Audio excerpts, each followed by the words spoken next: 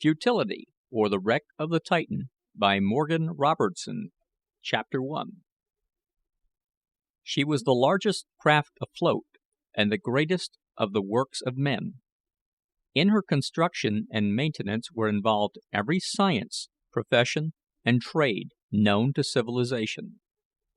On her bridge were officers who, besides being the pick of the Royal Navy, had passed rigid examinations in all studies that pertain to the winds, tides, currents, and geography of the sea.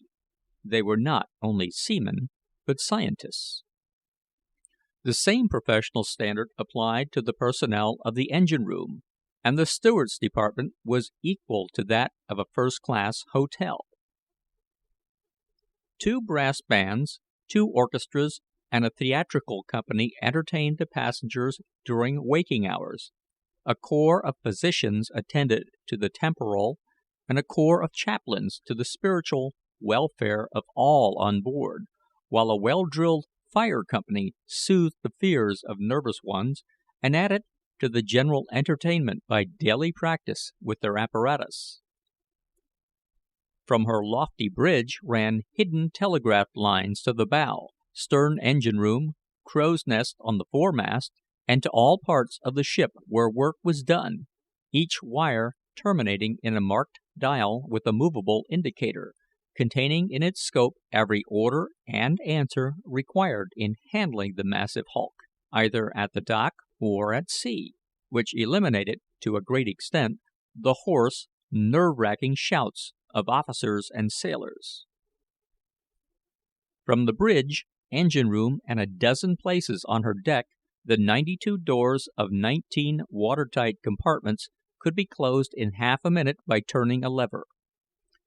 These doors would also close automatically in the presence of water. With 9 compartments flooded, the ship would still float, and so no known accident of the sea could possibly fill this many. The steamship Titan was considered practically unsinkable.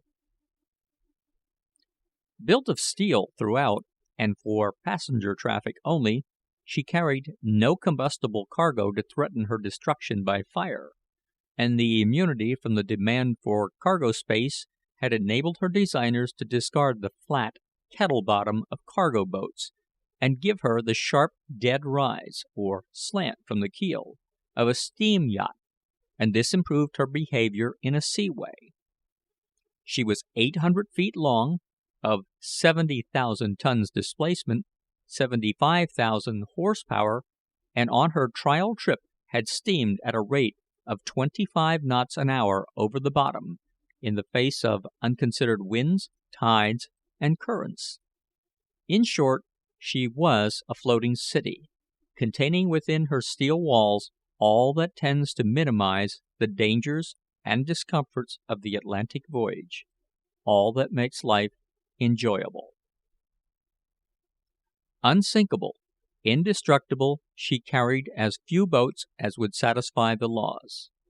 These, 24 in number, were securely covered and lashed down to their chocks on the upper deck, and if launched would hold 500 people. She carried no useless, cumbersome life rafts, but, because the law required it, each of the 3,000 berths in the passengers, officers, and crew's quarters contained a cork jacket, while about 20 circular life buoys were strewn along the rails. In view of her absolute superiority to other craft, a rule of navigation thoroughly believed in by some captains, but not yet openly followed, was announced by the steamship company to apply to the Titan. She would steam at full speed in fog, storm, and sunshine, and on the northern lane route, winter and summer, for the following good and substantial reasons. First, that if another craft should strike her, the force of the impact would be distributed over a larger area if the Titan had full headway, and the brunt of the damage would be borne by the other. Second, that if the Titan was the aggressor, she would certainly destroy the other craft, even at half speed, and perhaps damage her own bows, while at full speed she would cut her in two with no more damage to herself than a paintbrush could remedy. In either case, as the lesser of two evils, it was best that the smaller hull should suffer. A third reason was that at full speed she could be more easily steered out of danger, and a fourth, that in case of an end-on collision with an iceberg, the only thing afloat that she could not conquer, her bows would be crushed in but a few feet further at full than at half speed, and at the most 3 compartments would be flooded, which would not matter with 6 more to spare. So it was confidently expected that when her engines had limbered themselves, the steamship Titan would land her passengers 3,000 miles away with the promptitude and regularity of a railway train. She had beaten all records on her maiden voyage, but, up to the 3rd return trip, had not lowered the time between Sandy Hook and Daunt's Rock to the 5-day limit, and it was unofficially rumored among the 2,000 passengers who had embarked at New York that an effort would now be made to do so. Chapter 2. 8 tugs dragged the great mass to midstream, and pointed her nose down the river. Then the pilot on the bridge spoke a word or two. The first officer blew a short blast on the whistle and turned a lever. The tugs gathered in their lines and drew off. Down in the bowels of the ship 3 small engines were started, opening the throttles of 3 large ones. 3 propellers began to revolve, and the Mammoth, with a vibratory tremble running through her great frame, moved slowly to sea. East of Sandy Hook, the pilot was dropped and the real voyage begun. 50 feet below her deck, in an inferno of noise and heat and light and shadow, coal passers wheeled the picked fuel from the bunkers to the fire hold, where half-naked stokers, with faces like those of tortured fiends, tossed it into the 80 white-hot mouths of the furnaces. In the engine room, oilers passed to and fro, in and out of the plunging, twisting, glistening steel, with oil cans and waste, overseen by the watchful staff on duty, who listened with strained hearing for a false note in the confused jumble of sound, a clicking of steel out of tune, which would indicate a loosened key or nut. On deck, sailors set the triangular sails on the 2 masts to add their propulsion to the momentum of the record breaker, and the passengers dispersed themselves as suited their several tastes. Some were seated in steamer chairs, well wrapped, for though it was April, the salt air was chilly. Some paced the deck, acquiring their sea legs. Others listened to the orchestra in the music room, or read or wrote in the library, and a few took to their berths, seasick from the slight heave of the ship on the groundswell. The decks were cleared, watches set at noon, and then began the never-ending cleaning up at which steamship sailors put in so much of their time. Headed by a 6-foot boatswain, a gang came aft on the starboard side, with paint buckets and brushes, and distributed themselves along the rail. "Davits and stanchions, men, never mind the rail," said the boatswain. "Ladies, better move your chairs back a little. Rowland, climb down o' that, you'll be overboard. Take a ventilator. No, you'll spill paint. Put your bucket away and get some sandpaper from the yeoman. Work inboard till you get it out o' you." The sailor addressed, a slight-built man of about 30, black-bearded and bronzed to the semblance of healthy vigor, but watery-eyed and unsteady of movement, came down from the rail and shambled forward with his bucket. As he reached the group of ladies to whom the boatswain had spoken, his gaze rested on one, a sunny-haired young woman with the blue of the sea in her eyes, who had arisen at his approach. He started, turned aside as if to avoid her, and raising his hand in an embarrassed half salute, passed on. Out of the boatswain's sight, he leaned against the deck house and panted, while he held his hand to his breast. "What is it?" he muttered, wearily. "Whiskey nerves, or the dying flutter of a starved love? 5 years now, and a look from her eyes can stop the blood in my veins, can bring back all the heart hunger and helplessness that leads a man to insanity, or this." He looked at his trembling hand, all scarred and tar-stained, passed on forward, and returned with the sandpaper. The young woman had been equally affected by the meeting. An expression of mingled surprise and terror had come to her pretty but rather weak face, and without acknowledging his half salute, she had caught up a little child from the deck behind her, and turning into the salon door, hurried to the library, where she sank into a chair beside a military-looking gentleman, who glanced up from a book and remarked: "Seen the sea serpent, Myra, or the Flying Dutchman? What's up?" "Oh, George, no!" she answered in agitated tones. "John Rowland is here, Lieutenant Rowland. I've just seen him. He is so changed. He tried to speak to me." "Who? That troublesome flame of yours? I never met him, you know, and you haven't told me much about him. What is he, first cabin?" "No, he seems to be a common sailor. He is working, and is dressed in old clothes, all dirty. And such a dissipated face, too. He seems to have fallen so low. And it is all since you soured on him? Well, it is no fault of yours, dear.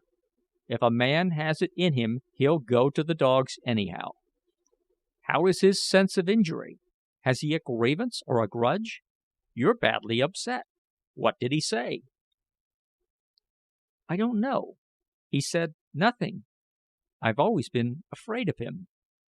I've met him 3 times since then, and he puts such a frightful look in his eyes, and he was so violent and headstrong, and so terribly angry, that time. He accused me of leading him on, or playing with him, and he said something about an immutable law of chance and a governing balance of events that I couldn't understand, only where he said that for all the suffering we inflict on others, we receive an equal amount ourselves. Then he went away in such a passion. I've imagined ever since that he would take some revenge. He might steal our Myra, our baby." She strained the smiling child to her breast, and went on: "I liked him at first, until I found out that he was an atheist. Why, George, he actually denied the existence of God, and to me, a professing Christian." "He had a wonderful nerve," said the husband, with a smile. "Didn't know you very well, I should say." "He never seemed the same to me after that," she resumed. "I felt as though in the presence of something unclean.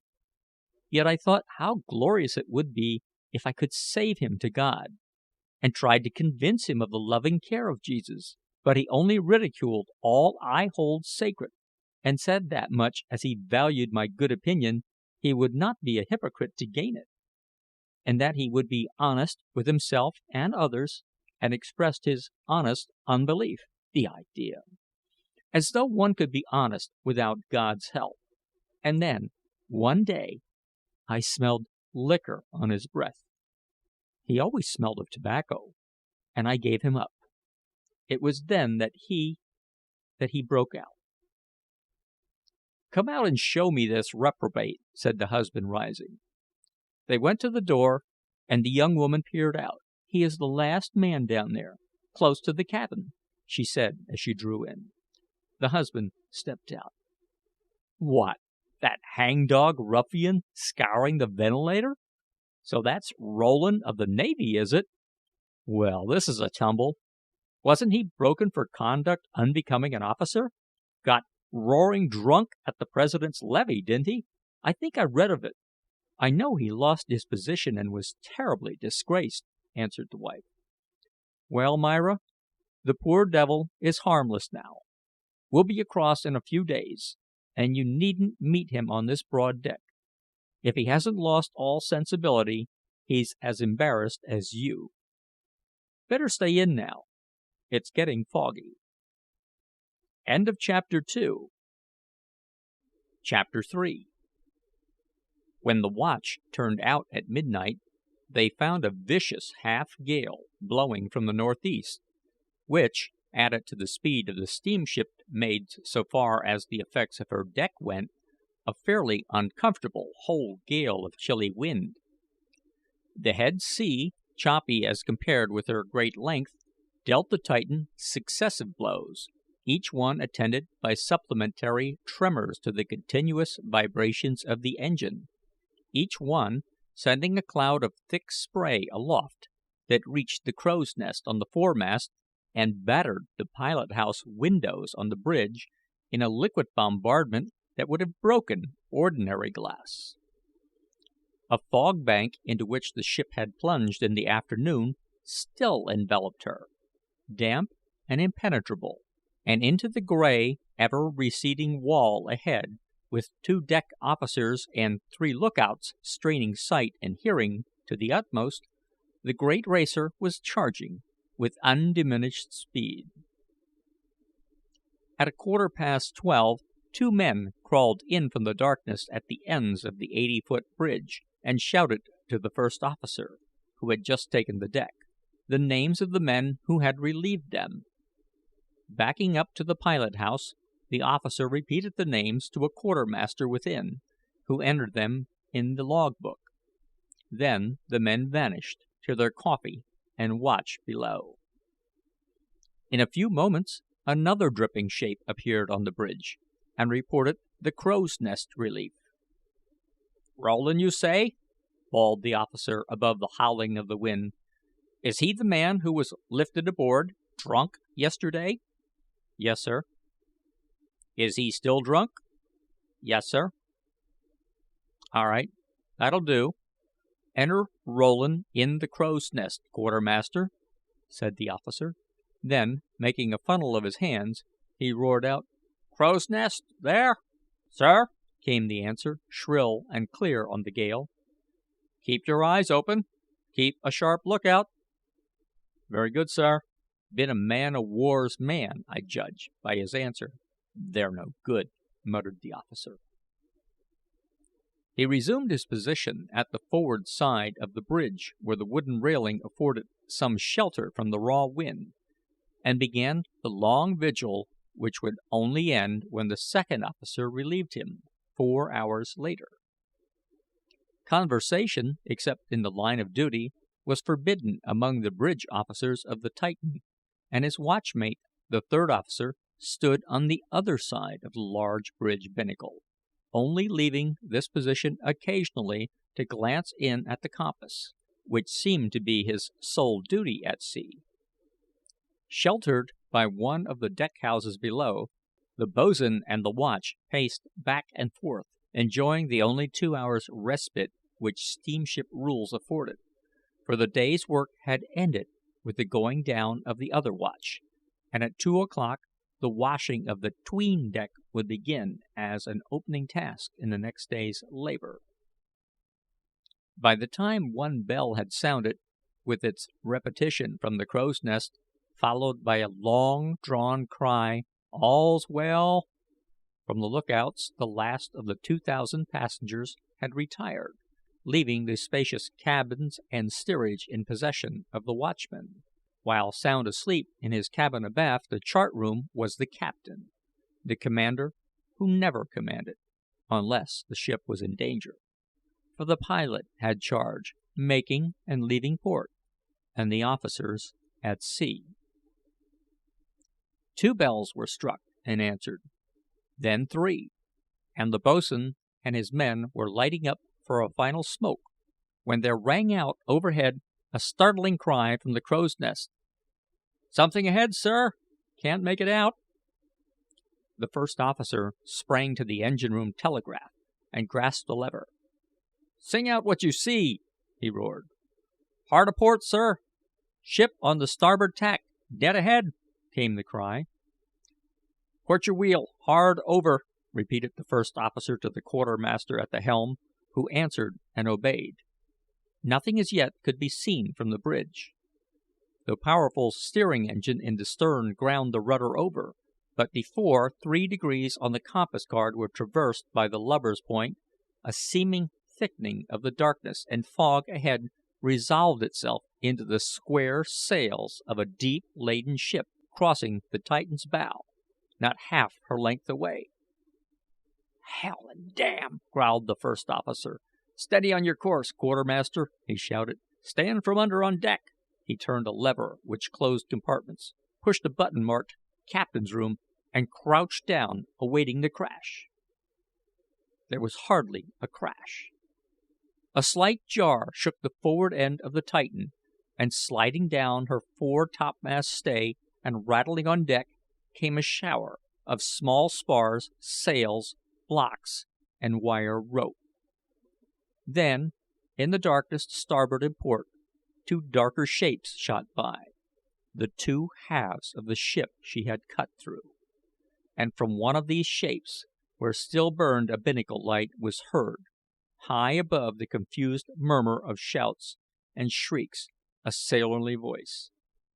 "May the curse of God light on you and your cheese knife, you brass-bound murderers!" The shapes were swallowed in the blackness astern. The cries were hushed by the clamor of the gale, and the steamship Titan swung back to her course. The first officer had not turned the lever of the engine room telegraph. The boatswain bounded up the steps of the bridge for instructions. "Put men at the hatches and doors. Send everyone who comes on deck to the chart room. Tell the watchman to notice what the passengers have learned, and clear away that wreck forward as soon as possible." The voice of the officer was hoarse and strained as he gave these directions, and the "Aye, aye, sir" of the boatswain was uttered in a gasp. Chapter 4. The crow's nest lookout, 60 feet above the deck, had seen every detail of the horror, from the moment when the upper sails of the doomed ship had appeared to him above the fog, to the time when the last tangle of wreckage was cut away by his watchmates below. When relieved at 4 bells, he descended with as little strength in his limbs as was compatible with the safety in the rigging. At the rail, the boatswain met him. "Report your relief, Rowland," he said, "and go into the chart room." On the bridge, as he gave the name of his successor, the first officer seized his hand, pressed it, and repeated the boatswain's order. In the chart room he found the captain of the Titan, pale-faced and intense in manner, seated at a table, and grouped around him the whole of the watch on deck, except the officers, lookouts, and quartermasters. The cabin watchmen were there, and some of the watch below, among whom were stokers and coal passers, and also a few of the idlers, lampmen, yeomen, and butchers, who, sleeping forward, had been awakened by the terrific blow of the great hollow knife within which they lived. 3 carpenter's mates stood by the door, with sounding rods in their hands, which they had just shown the captain, dry. Every face, from the captain's down, wore a look of horror and expectancy. A quartermaster followed Rowland in and said, "Engineer felt no jar in the engine room, sir, and there's no excitement in the stokehold." "And your watchmen report no alarm in the cabins? How about the steerage? Is that man back?" asked the captain. Another watchman appeared as he spoke. "All asleep in the steerage, sir," he said. Then a quartermaster entered with the same report of the forecastles. "Very well," said the captain, rising. "One by one come into my office. Watchmen first, then petty officers, then the men. Quartermasters will watch the door, that no man goes out until I have seen him." He passed into another room, followed by a watchman, who presently emerged and went on deck with a more pleasant expression of face. Another entered and came out, then another and another, until every man but Rowland had been within the sacred precincts, all to wear the same pleased or satisfied look on reappearing. When Rowland entered, the captain, seated at a desk, motioned him to a chair, and asked his name. "John Rowland," he answered. The captain wrote it down. "I understand," he said, "that you were in the crow's nest when this unfortunate collision occurred." "Yes, sir, and I reported the ship as soon as I saw her." "You are not here to be censured. You are aware, of course, that nothing could be done, either to avert this terrible calamity or to save life afterward." "Nothing at a speed of 25 knots an hour in a thick fog, sir." The captain glanced sharply at Rowland and frowned. "We will not discuss the speed of the ship, my good man," he said, "or the rules of the company. You will find, when you are paid at Liverpool, a package addressed to you at the company's office containing £100 in bank notes. This you will receive for your silence in regard to this collision, the reporting of which would embarrass the company and help no one." "On the contrary, captain, I shall not receive it. On the contrary, sir, I shall speak of this wholesale murder at the first opportunity." The captain leaned back and stared at the debauched face, the trembling figure of the sailor, with which this defiant speech so little accorded. Under ordinary circumstances he would have sent him on deck to be dealt with by the officers, but this was not an ordinary circumstance. In the watery eyes was a look of shock and horror and honest indignation. The accents were those of an educated man, and the consequences hanging over himself and the company for which he worked, already complicated by and involved in his efforts to avoid them, which this man might precipitate, were so extreme that such questions as insolence and difference in rank were not to be thought of. He must meet and subdue this Tartar on common ground, as man to man. "Are you aware, Rowland," he asked, quietly, "that you will stand alone, that you will be discredited, lose your berth, and make enemies?" "I am aware of more than that," answered Rowland, excitedly. "I know of the power vested in you as captain. I know that you can order me into irons from this room for any offense you wish to imagine, and I know that an unwitnessed, uncorroborated entry in your official log concerning me would be evidence enough to bring me life imprisonment. But I also know something of admiralty law, that from my prison cell I can send you and your first officer to the gallows. You are mistaken in your conceptions of evidence. I could not cause your conviction by a logbook entry, nor could you, from a prison, injure me. What are you, may I ask? An ex-lawyer?" "A graduate of Annapolis, your equal in professional technique." "And you have interest at Washington?" "None whatever." "And what is your object in taking this stand, which can do you no possible good, though certainly not the harm you speak of?" "That I may do one good, strong act in my useless life; that I may help to arouse such a sentiment of anger in the two countries as will forever end this wanton destruction of life and property for the sake of speed; that will save the hundreds of fishing craft, and others, run down yearly to their owners and the crews to their families." Both men had risen, and the captain was pacing the floor as Rowland, with flashing eyes and clenched fists, delivered this declaration. "A result to be hoped for, Rowland," said the former, pausing before him, "but beyond your power or mine to accomplish. Is the amount I named large enough? Could you fill a position on my bridge?" "I can fill a higher, and your company is not rich enough to buy me." "You seem to be a man without ambition, but you must have wants." "Food, clothing, shelter, and whisky," said Rowland with a bitter, self-contemptuous laugh.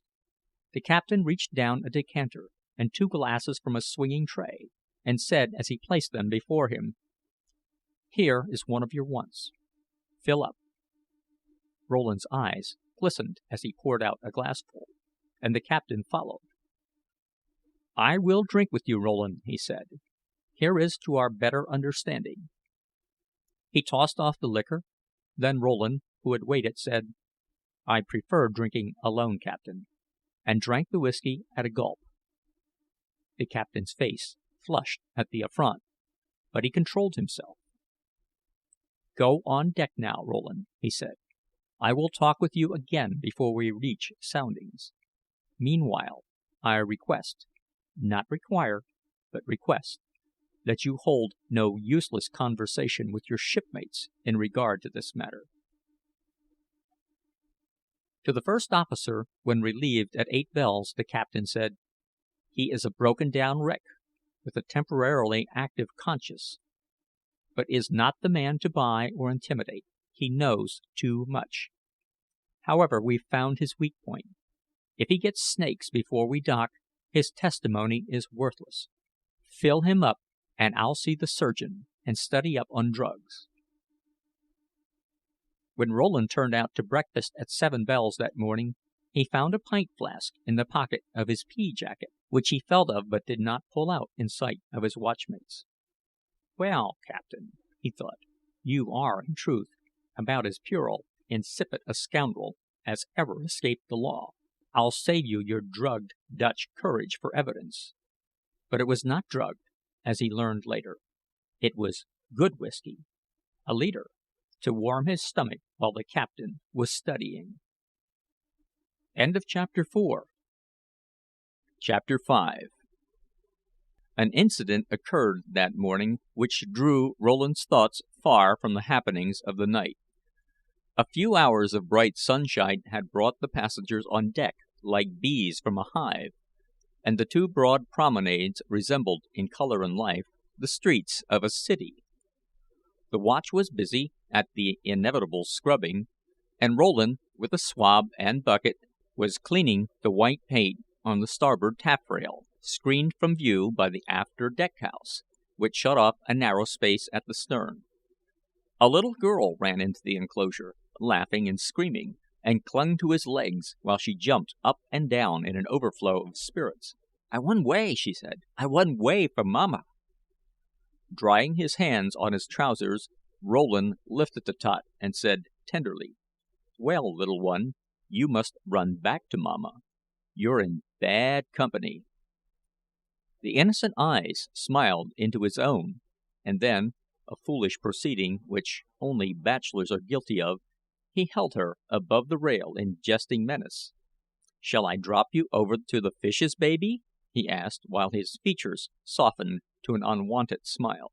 The child gave a little scream of fright, and at that instant a young woman appeared around the corner. She sprang toward Rowland like a tigress, snatched the child, stared at him for a moment with dilated eyes, and then disappeared, leaving him limp and nerveless, breathing hard.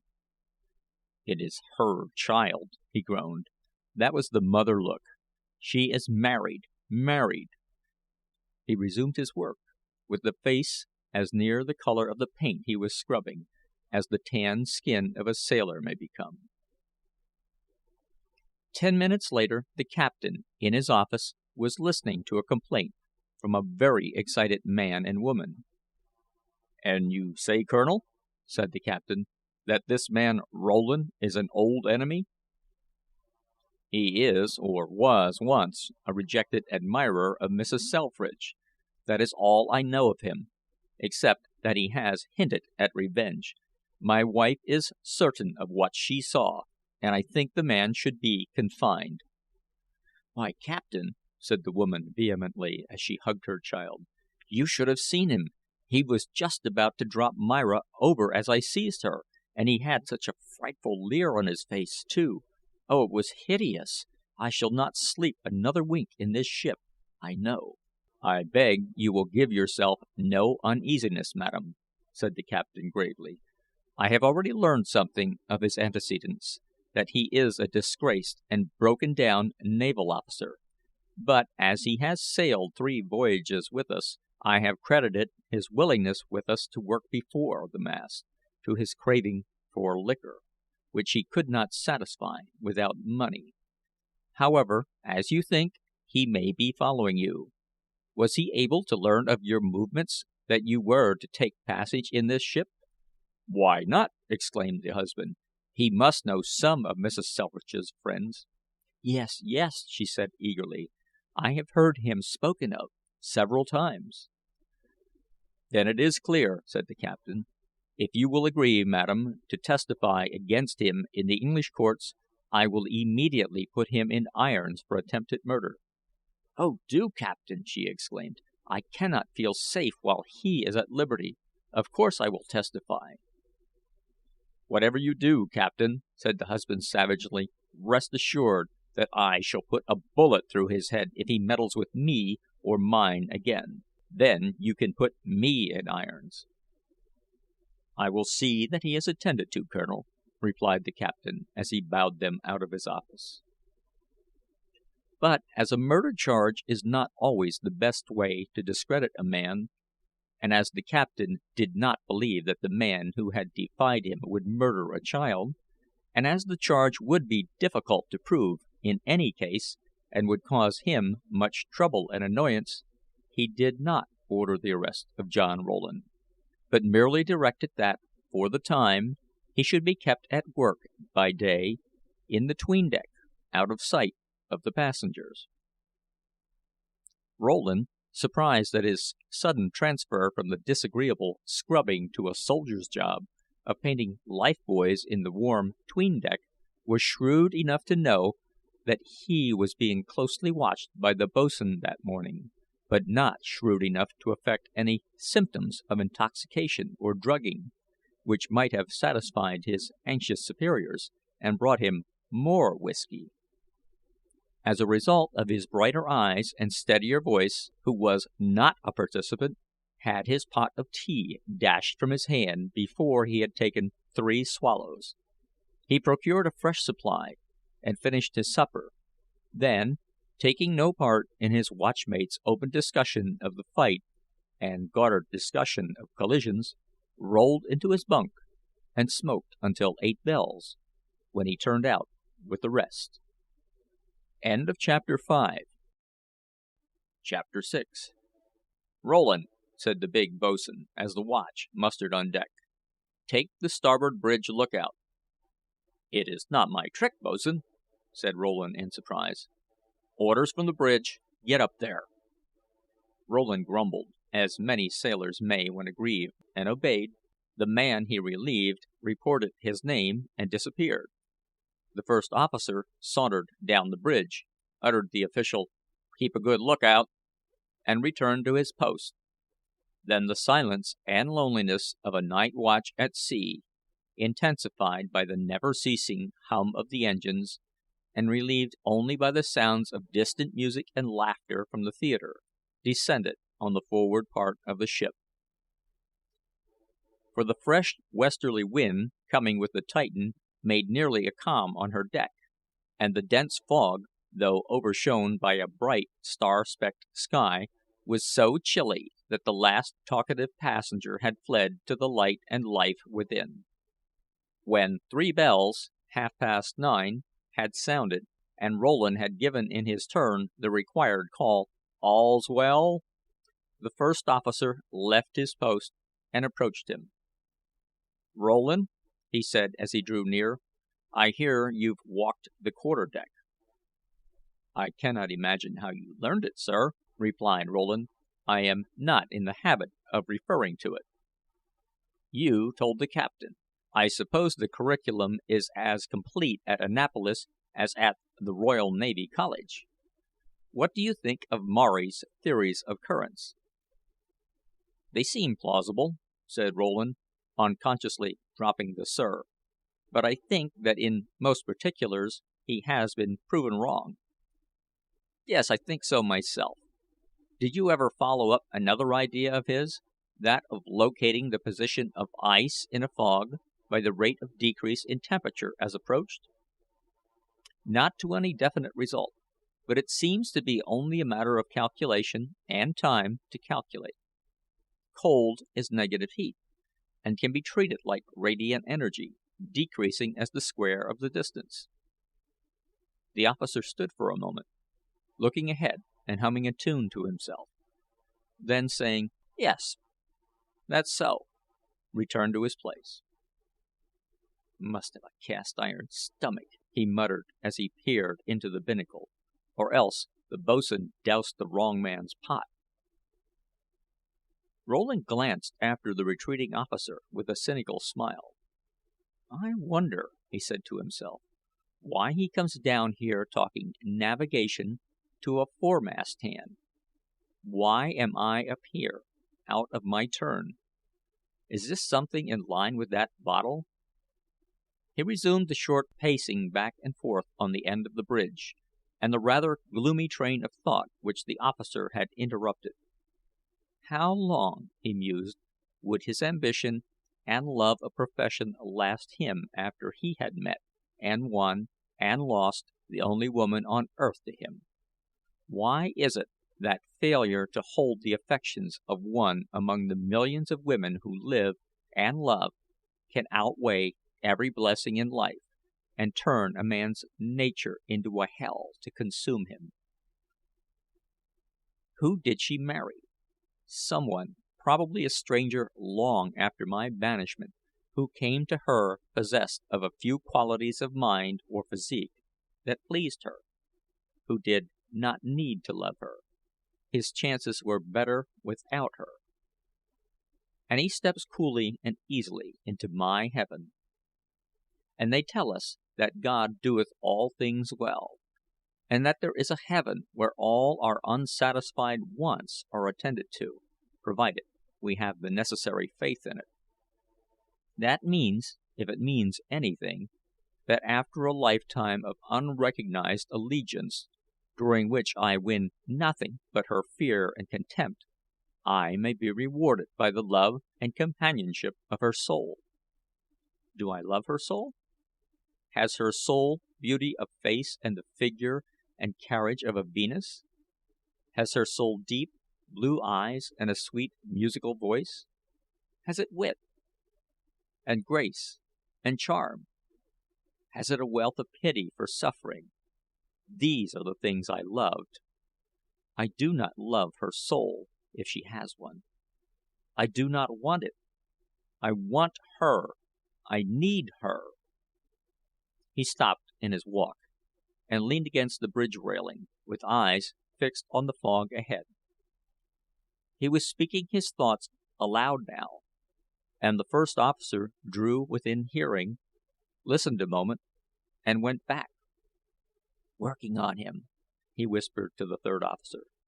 Then he pushed the button which called the captain, blew a short blast of the steam whistle as a call to the boatswain, and resumed his watch on the drugged lookout, while the third officer conned the ship. The steam call to the boatswain is so common a sound on a steamship as to generally pass unnoticed. This call affected another besides the boatswain. A little night-gowned figure arose from an underberth in a saloon stateroom, and with wide open, staring eyes, groped its way to the deck, unobserved by the watchman.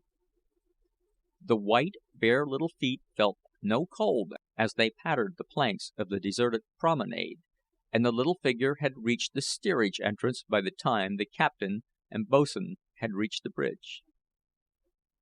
"And they talk," went on Rowland, as the three watched and listened, "of the wonderful love and care of a merciful God, who controls all things, who has given me my defects and my capacity for loving, and then placed Myra Gaunt in my way. Is there mercy to me in this? As part of a great evolutionary principle, which develops the race life at the expense of the individual, it might be consistent with the idea of a God, a first cause. But does the individual who perishes, because unfitted to survive, owe any love or gratitude to this God? He does not. On the supposition that he exists, I deny it, and on the complete lack of evidence that he does exist, I affirm to myself the integrity of cause and effect, which is enough to explain the universe and me. A merciful God, a kind, loving, just, and merciful God, he burst into a fit of incongruous laughter, which stopped short as he clapped his hands to his stomach and then to his head. "What ails me?" he gasped. "I feel as though I had swallowed hot coals. And my head, and my eyes, I can't see." The pain left him in a moment, and the laughter returned. "What's wrong with the starboard anchor? It's moving. It's changing. It's a what? What on earth is it? On end, and the windlass, and the spare anchors, and the davits, all alive, all moving." The sight he saw would have been horrid to a healthy mind, but it only moved this man to increased and uncontrollable merriment. The two rails below leading to the stem had arisen before him, in a shadowy triangle, and within it were the deck fittings he had mentioned. The windlass had become a thing of horror, black and forbidding. The two end barrels were the bulging, lightless eyes of a nondescript monster, for which the cable chains had multiplied themselves into innumerable legs and tentacles. And this thing was crawling around within the triangle. The anchor davits were many-headed serpents, which danced on their tails, and the anchors themselves writhed and squirmed in the shape of immense hairy caterpillars, while faces appeared on the two white lantern towers, grinning and leering at him. With his hands on the bridge rail, and tears streaming down his face, he laughed at the strange sight, but did not speak, and the three, who had quietly approached, drew back to wait, while below, on the promenade deck, the little white figure, as though attracted by his laughter, turned into the stairway leading to the upper deck. The phantasmagoria faded to a blank wall of gray fog, and Rowland found sanity to mutter, "They've drugged me!" But in an instant he stood in the darkness of a garden, one that he had known. In the distance were the lights of a house, and close to him was a young girl, who turned from him and fled, even as he called to her. By a supreme effort of will he brought himself back to the present, to the bridge he stood upon, and to his duty. "Why must it haunt me through the years?" he groaned. "Drunk then, drunk since. She could have saved me, but she chose to damn me." He strove to pace up and down, but staggered and clung to the rail, while the three watchers approached again, and the little white figure below climbed the upper bridge steps. "The survival of the fittest," he rambled, as he stared into the fog. "Cause and effect. It explains the universe and me." He lifted his hand and spoke loudly, as though to some unseen familiar of the deep. "What will be the last effect? Where in the scheme of ultimate balance, under the law of correlation of energy, will my wasted wealth of love be gathered and weighed and credited? What will balance it, and where will I be? Myra, Myra!" he called. "Do you know what you have lost? Do you know, in your goodness and purity and truth, of what you have done? Do you know?" The fabric on which he stood was gone, and he seemed to be poised on nothing in a worthless universe of gray, alone. And in the vast, limitless emptiness there was no sound, or life, or change, and in his heart neither fear, nor wonder, nor emotion of any kind, save one, the unspeakable hunger of a love that had failed. Yet it seemed that he was not John Rowland, but some one or something else, for presently he saw himself far away, millions of billions of miles, as though on the outermost fringes of the void, and heard his own voice calling, faintly yet distinctly. Filled with the concentrated despair of his life came the call, "Myra, Myra!" There was an answering call, and looking for the second voice, he beheld her, the woman of his love, on the opposite edge of space, and her eyes held the tenderness, and her voice held the pleading that he had known but in dreams. "Come back," she called. "Come back to me." But it seemed that the two could not understand, for again he heard the despairing cry: "Myra, Myra, where are you?" And again the answer: "Come back, come." Then in the far distance to the right appeared a faint point of flame, which grew larger. It was approaching, and he dispassionately viewed it, and when he looked again for the two, they were gone, and in their places were two clouds of nebula, which resolved into myriad points of sparkling light and color, whirling, encroaching, until they filled all space, and through them the larger light was coming, and growing larger, straight for him.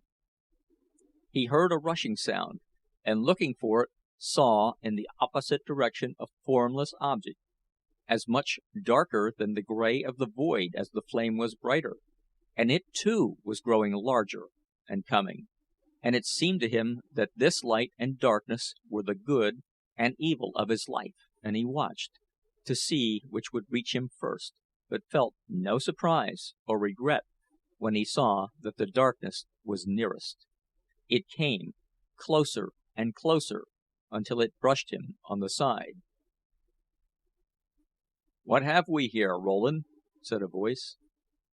Instantly the whirling points were blotted out, the universe of gray changed to the fog, the flame of light to the moon rising above it, and the shapeless darkness to the form of the first officer. The little white figure, which had just darted past the three watchers, stood at his feet. As though warned by an inner subconsciousness of danger, it had come in its sleep, for safety and care, to its mother's old lover, the strong and the weak, the degraded and disgraced but exalted, the persecuted, drugged, and all but helpless John Rowland.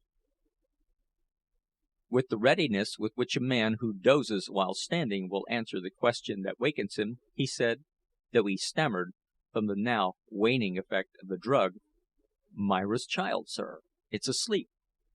He picked up the night-gowned little girl, who screamed as she awakened, and folded his pea jacket around the cold little body. "Who is Myra?" asked the officer in a bullying tone, in which were also chagrin and disappointment. "You've been asleep yourself." Before Rowland could reply, a shout from the crow's nest split the air. "Ice!" yelled the lookout. "Ice ahead! Iceberg right under the bows!" The first officer ran amidships, and the captain, who had remained there, sprang to the engine room telegraph, and this time the lever was turned. But in 5 seconds the bow of the Titan began to lift, and ahead and on either hand could be seen through the fog a field of ice, which arose in an incline to 100 feet high in her track. The music in the theater ceased, and among the babel of shouts and cries, and the deafening noise of steel scraping and crashing over ice, Rowland heard the agonized voice of a woman crying from the bridge steps: "Myra, Myra, where are you? Come back!" Chapter 7. 75,000 tons, dead weight, rushing through the fog at the rate of 50 feet a second, had hurled itself at an iceberg.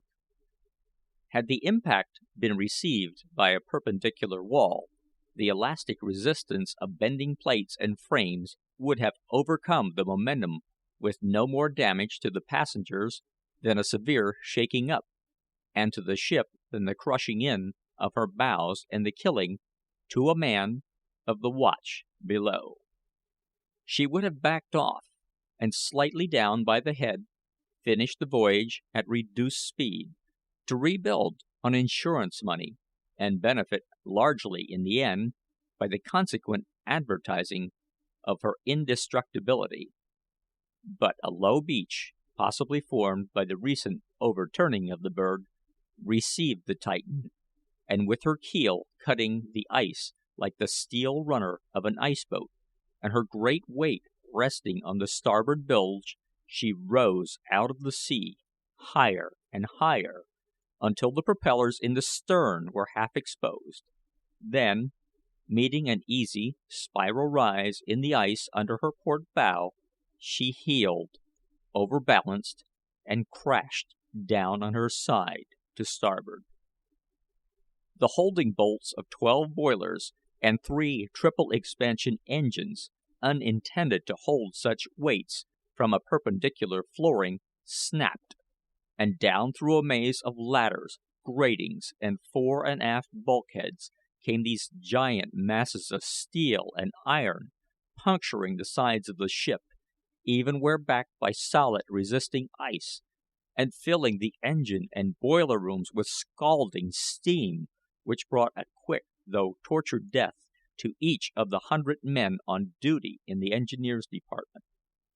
Amid the roar of escaping steam and the bee-like buzzing of nearly 3,000 human voices raised in agonized screams and callings from within the enclosing walls, and the whistling of air through hundreds of open deadlights as the water, entering the holes of the crushed and riven starboard side, expelled it, the Titan moved slowly backward and launched herself into the sea, where she floated, low on her side, a dying monster, groaning with her death wound.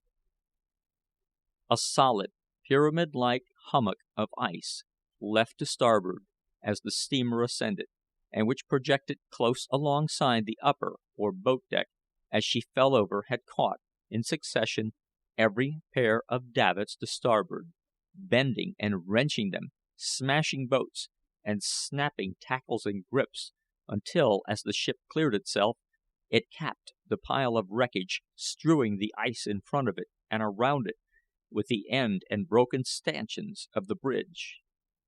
And in this shattered, box-like structure, dazed by the sweeping fall through an arc of 70-foot radius, crouched Rowland, bleeding from a cut in his head, and still holding to his breast the little girl, now too frightened to cry. By an effort of will he aroused himself and looked. To his eyesight, twisted and fixed to a shorter focus by the drug he had taken, the steamship was little more than a blotch on the moon-whitened fog, yet he thought he could see men clambering and working on the upper davits, and the nearest boat, number 24, seemed to be swinging by the tackles. Then the fog shut her out, though her position was still indicated by the roaring of steam from her iron lungs. This ceased in time, leaving behind it the horrid humming sound and whistling of air, and when this too was suddenly hushed, and the ensuing silence broken by dull, booming reports, as from bursting compartments, Rowland knew that the holocaust was complete, that the invincible Titan, with nearly all her people, unable to climb vertical floors and ceilings, was beneath the surface of the sea. Mechanically, his benumbed faculties had received and recorded the impressions of the last few moments. He could not comprehend to the full the horror of it all, yet his mind was keenly alive to the peril of the woman whose appealing voice he had heard and recognized, the woman of his dream, and the mother of the child in his arms. He hastily examined the wreckage. Not a boat was intact. Creeping down to the water's edge, he hailed, with all the power of his weak voice, to possible but invisible boats beyond the fog, calling on them to come and save the child, to look out for a woman who had been on deck under the bridge. He shouted this woman's name, the one that he knew, encouraging her to swim, to tread water, to float on wreckage, and to answer him, until he came to her. There was no response, and when his voice had grown hoarse and futile, and his feet numb from the cold of the thawing ice, he returned to the wreckage, weighed down and all but crushed by the blackest desolation that had, so far, come into his unhappy life. The little girl was crying, and he tried to soothe her. "I want Mamma," she wailed. "Hush, baby, hush," he answered, wearily and bitterly. "So do I, more than heaven, but I think our chances are about even now. Are you cold, little one? We'll go inside, and I'll make a house for us." He removed his coat, tenderly wrapped the little figure in it, and with the injunction, "Don't be afraid now," placed her in the corner of the bridge, which rested on its forward side. As he did so, a bottle of whisky fell out of the pocket. It seemed an age since he had found it there, and it required a strong effort of reasoning before he remembered its full significance. Then he raised it, to hurl it down the incline of ice, but stopped himself. "I'll keep it," he muttered. "It may be safe in small quantities, and we'll need it on this ice." He placed it in a corner. Then, removing the canvas cover from one of the wrecked boats, he hung it over the open side and end of the bridge, crawled within, and donned his coat, a ready-made slop-chest garment designed for a larger man, and buttoning it around himself and the little girl, lay down on the hard woodwork. She was still crying, but soon, under the influence of the warmth of his body, ceased and went to sleep. Huddled in the corner, he gave himself up to the torrent of his thoughts. Two pictures alternately crowded his mind. One, that of the woman of his dream, entreating him to come back, which his memory clung to as an oracle. The other, of this woman, cold and lifeless, fathoms deep in the sea. He pondered on her chances. She was close to, or on the bridge steps, and boat number 24, which he was almost sure was being cleared away as he looked, would swing close to her as it descended. She could climb in and be saved, unless the swimmers from doors and hatches should swamp the boat. And in his agony of mind he cursed these swimmers, preferring to see her, mentally, the only passenger in the boat, with the watch on deck to pull her to safety. The potent drug he had taken was still at work, and this, with the musical wash of the sea on the icy beach, and the muffled creaking and crackling beneath and around him, the voice of the iceberg, overcame him finally, and he slept, to awaken at daylight with limbs stiffened and numb, almost frozen. And all night as he slept, a boat with the number 24 on her bow, pulled by sturdy sailors and steered by brass-buttoned officers, was making for the southern lane, the highway of spring traffic. And crouched in the stern sheets of this boat was a moaning, praying woman, who cried and screamed at intervals for husband and baby, and would not be comforted, even when one of the brass-buttoned officers assured her that her child was safe in the care of John Rowland, a brave and trusty sailor, who was certainly in the other boat with it. He did not tell her, of course, that Rowland had hailed from the berg as she lay unconscious, and that if he still had the child, it was with him there, deserted. End of chapter 7. Chapter 8. Rowland, with some misgivings, drank a small quantity of the liquor, and wrapping the still sleeping child in the coat, stepped out on the ice. The fog was gone, and a blue, sailless stream stretched out to the horizon. Behind him was ice, a mountain of it. He climbed the elevation, and looked at another stretch of vacant view from a precipice 100 feet high.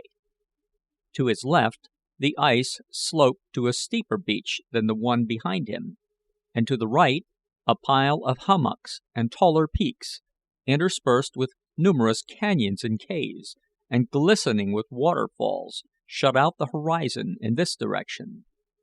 Nowhere was there a sail or steamer's smoke to cheer him, and he retraced his steps. When but half way to the wreckage, he saw a moving white object approaching from the direction of the peaks. His eyes were not yet in good condition, and after an uncertain scrutiny he started at a run, for he saw that the mysterious white object was nearer the bridge than himself, and rapidly lessening the distance. 100 yards away his heart bounded and the blood in his veins felt cold as the ice underfoot, for the white object proved to be a traveler from the frozen north, lean and famished, a polar bear who had scented food and was seeking it, coming on at a lumbering run, with great red jaws half open and yellow fangs exposed. Rowland had no weapon but a strong jackknife, but this he pulled from his pocket and opened as he ran. Not for an instant did he hesitate at a conflict that promised almost certain death, for the presence of this bear involved the safety of a child whose life had become of more importance to him than his own. To his horror, he saw it creep out of the opening in its white covering, just as the bear turned the corner of the bridge. "Go back, baby, go back!" he shouted, as he bounded down the slope. The bear reached the child first, and, with seemingly no effort, dashed it with a blow of its massive paw a dozen feet away, where it lay quiet. Turning to follow, the brute was met by Rowland. The bear rose to his haunches, sank down, and charged, and Rowland felt the bones of his left arm crushing under the bite of the big yellow-fanged jaws. But, falling, he buried the knife blade in the shaggy hide, and the bear, with an angry snarl, spat out the mangled member, and dealt him a sweeping blow which sent him farther along the ice than the child had gone. He arose, with broken ribs, and, scarcely feeling the pain, awaited the second charge. Again was the crushed and useless arm gripped in the yellow vise, and again was he pressed backward, but this time he used the knife with method. The great snout was pressing his breast, the hot, fetid breath was in his nostrils, and at his shoulder the hungry eyes were glaring into his own. He struck for the left eye of the brute, and struck true. The 5-inch blade went into the handle, piercing the brain, and the animal, with a convulsive spring which carried him halfway to his feet by the wounded arm, reared up, with paws outstretched, to full 8 feet of length, then sagged down, and with a few spasmodic kicks, lay still. Rowland had done what no Inuit hunter will attempt. He had fought and killed the tiger of the north with a knife. It had all happened in a minute, but in that minute he was crippled for life, for in the quiet of a hospital the best of surgical skill could hardly avail to reset the fractured particles of bone in the limp arm, and bring to place the crushed ribs, and he was adrift on a floating island of ice, with the temperature near the freezing point, and without even the rude appliances of the savage. He painfully made his way to the little pile of red and white, and lifted it with his uninjured arm, though the stooping caused him excruciating torture. The child was bleeding from 4 deep, cruel scratches, extending diagonally from the right shoulder down the back, but he found upon examination that the soft, yielding bones were unbroken, and that her unconsciousness came from the rough contact of the little forehead with the ice, for a large lump had raised. Of pure necessity, his first efforts must be made in his own behalf, so wrapping the baby in his coat, he placed it in his shelter, and cut and made from a canvas a sling for his dangling arm. Then, with knife, fingers, and teeth, he partly skinned the bear, often compelled to pause to save himself from fainting with pain, and cut from the warm but not very thick layer of fat a broad slab, which, after bathing the wounds at a nearby pool, he bound firmly to the little one's back, using the torn nightgown for a bandage. He cut the flannel lining from his coat, and from that of the sleeves made nether garments for the little limbs, doubling the surplus length over the ankles, and tying in place with rope yarns from a boat lacing. The body lining he wrapped around her waist, enclosing the arms, and around the whole he paused turn upon turn of canvas and strips, marling the dummy, like bundle with yarns, much as a sailor secures chafing gear to the doubled parts of a hawser, a process, when complete, that would have aroused the indignation of any mother who saw it. But he was only a man, and suffering mental and physical anguish. By the time he had finished, the child had recovered consciousness, and was protesting its misery in a feeble, wailing cry. But he dared not stop, to become stiffened with cold and pain. There was plenty of fresh water from melting ice scattered in pools. The bear would furnish food, but they needed fire to cook this food, keep them warm, and the dangerous inflammation from their hurts, and to raise a smoke to be seen by passing craft. He recklessly drank from the bottle, needing the stimulant, and reasoning, perhaps rightly, that no ordinary drug could affect him in his present condition. Then he examined the wreckage, most of it good kindling wood. Partly above, partly below the pile, was a steel lifeboat, decked over airtight ends, now doubled to more than a right angle and resting on its side. With canvas hung over one half, and a small fire in the other, it promised, by its conducting property, a warmer and better shelter than the bridge. A sailor without matches is an anomaly. He whittled shavings, kindled the fire, hung the canvas, and brought the child, who begged piteously for a drink of water. He found a tin can, possibly left in a leaky boat before its final hoist to the davits, and gave her a drink, to which he had added a few drops of the whisky. Then he thought of breakfast. Cutting a steak from the hindquarters of the bear, he toasted it on the end of a splinter, and found it sweet and satisfying. But when he attempted to feed the child, he understood the necessity of freeing its arms, which he did, sacrificing his left shirt sleeve to cover them. The change and the food stopped its crying for a while, and Rowland lay down with it in the warm boat. Before the day had passed, the whisky was gone, and he was delirious with fever, while the child was but little better. Chapter 9. With lucid intervals, during which he replenished or rebuilt the fire, cooked the bear meat, and fed and dressed the wounds of the child, this delirium lasted 3 days. His suffering was intense. His arm, the seat of throbbing pain, had swollen to twice the natural size, while his side prevented him from taking a full breath voluntarily. He had paid no attention to his own hurts, and it was either the vigor of a constitution that years of dissipation had not impaired, or some anti-febrile property of bear meat, or the absence of the exciting whisky that won the battle. He rekindled the fire with his last match on the evening of the 3rd day, and looked around the darkening horizon, sane, but feeble in body and mind. If a sail had appeared in the interim, he had not seen it, nor was there one in sight now. Too weak to climb the slope, he returned to the boat where the child, exhausted from fruitless crying, was now sleeping.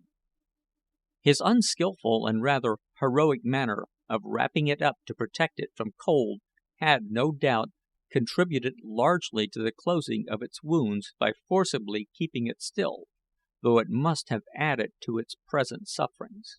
He looked for a moment on the wan, tear-stained little face, with its fringe of tangled curls peeping above the wrappings of the canvas, and stooping painfully low, kissed it softly.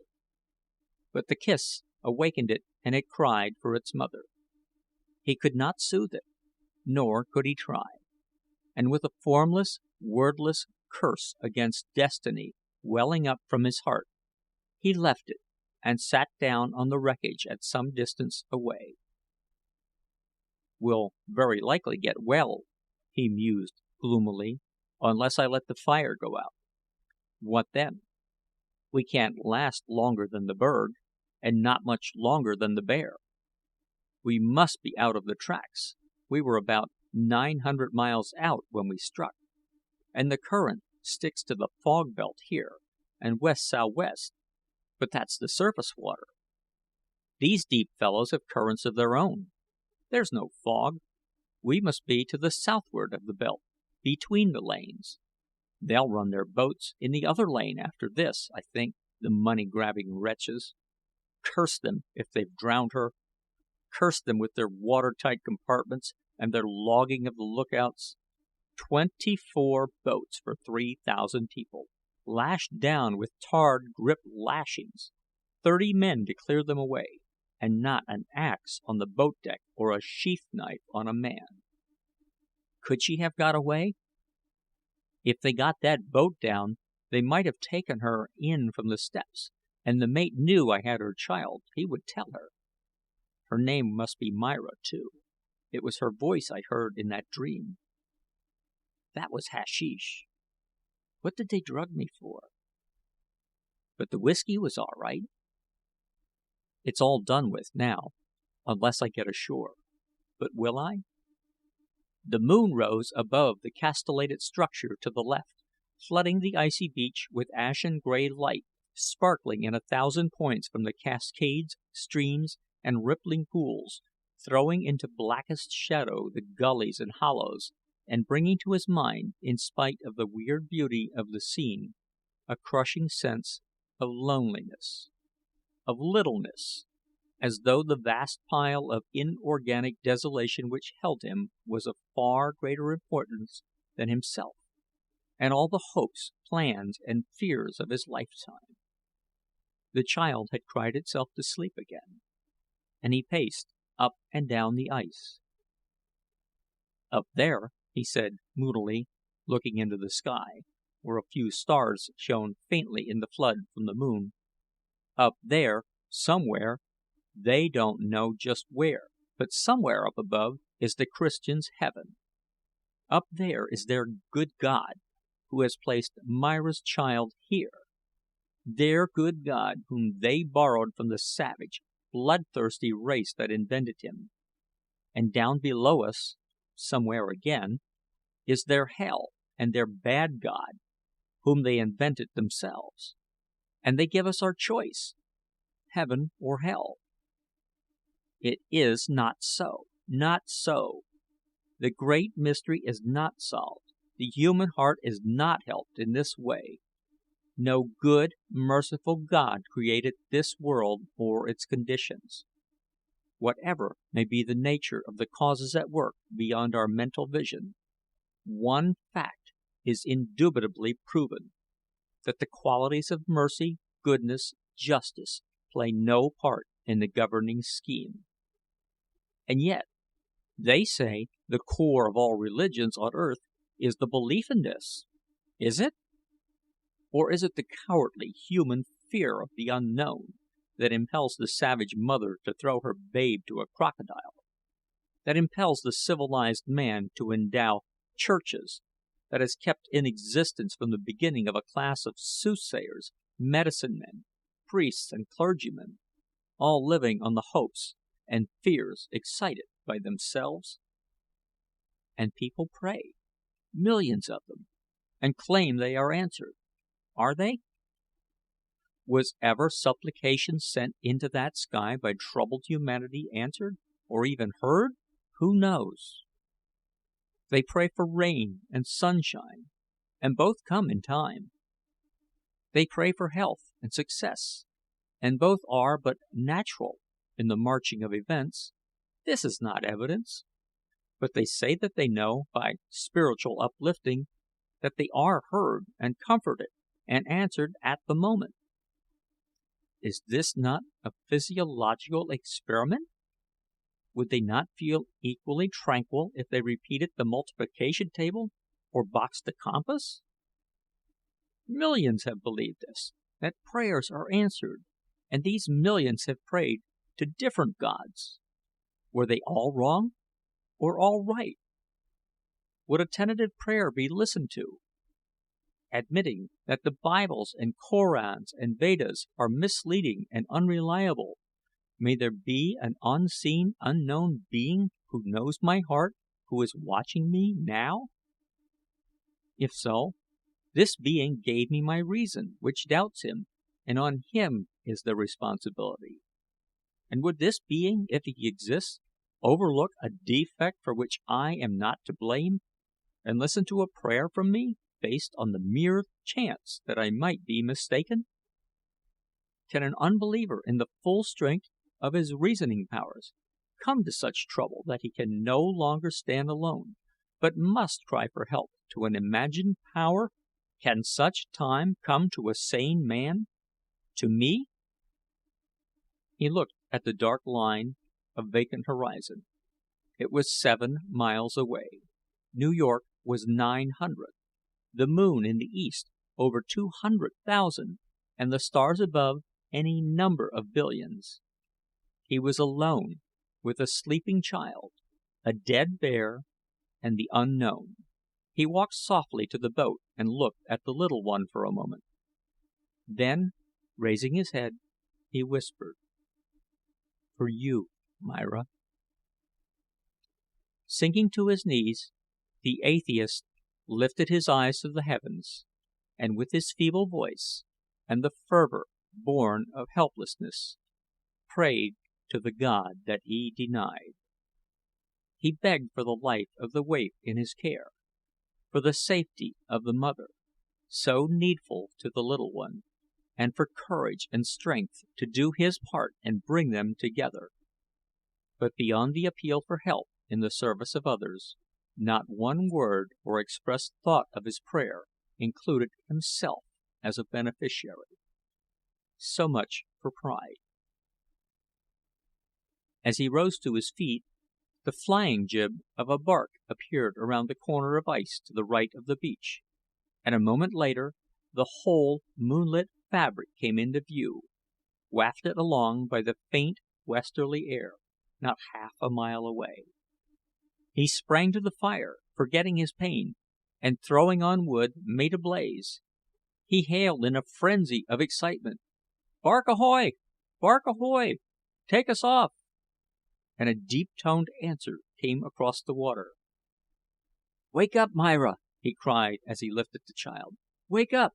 We're going away!" "We goin' to mamma?" she asked, with no symptoms of crying. "Yes, we're going to mamma, now, that is," he added to himself, "if that clause in the prayer is considered." 15 minutes later, as he watched the approach of a white quarter boat, he muttered, "That bark was there, half a mile back in this wind, before I thought of praying. Is that prayer answered? Is she safe?" End of chapter 9. Chapter 10. On the first floor of the London Royal Exchange is a large apartment studded with desks, around and between which surges a hurrying, shouting crowd of brokers, clerks, and messengers. Fringing this apartment are doors and hallways leading to adjacent rooms and offices, and scattered through it are bulletin boards, on which are daily written in duplicate the marine casualties of the world. At one end is a raised platform, sacred to the presence of an important functionary. In the technical language of the city, the apartment is known as the room, and the functionary as the caller, whose business it is to call out in a mighty sing-song voice the names of members wanted at the door, and the bare particulars of bulletin news prior to its being chalked out for reading. It is the headquarters of Lloyd's, the immense association of underwriters, brokers, and shipping men, which, beginning with the customers at Edward Lloyd's coffee house in the latter part of the 17th century, has, retaining his name for a title, developed into a corporation so well equipped, so splendidly organized and powerful, that kings and ministers of state appeal to it at times for foreign news. Not a master or mate sails under the British flag but whose record, even to forecastle flights, is tabulated at Lloyd's for the inspection of prospective employers. Not a ship is cast away on any inhabitable coast of the world during underwriters' business hours but what that mighty sing-song cry announces the event at Lloyd's within 30 minutes. One of the adjoining rooms is known as the chart room. Here can be found, in perfect order and sequence, each on its roller, the newest charts of all nations, with a library of nautical literature describing to the last detail the harbors, lights, rocks, shoals, and sailing directions of every coastline shown on the charts, the tracks of latest storms, the changes of ocean currents, and the whereabouts of derelicts and icebergs. A member at Lloyd's acquires in time a theoretical knowledge of the sea seldom exceeded by the men who navigate it. Another apartment, the captain's room, is given over to joy and refreshment, and still another, the antithesis of the last, is the intelligence office, where anxious ones inquire for and are told the latest news of this or that overdue ship.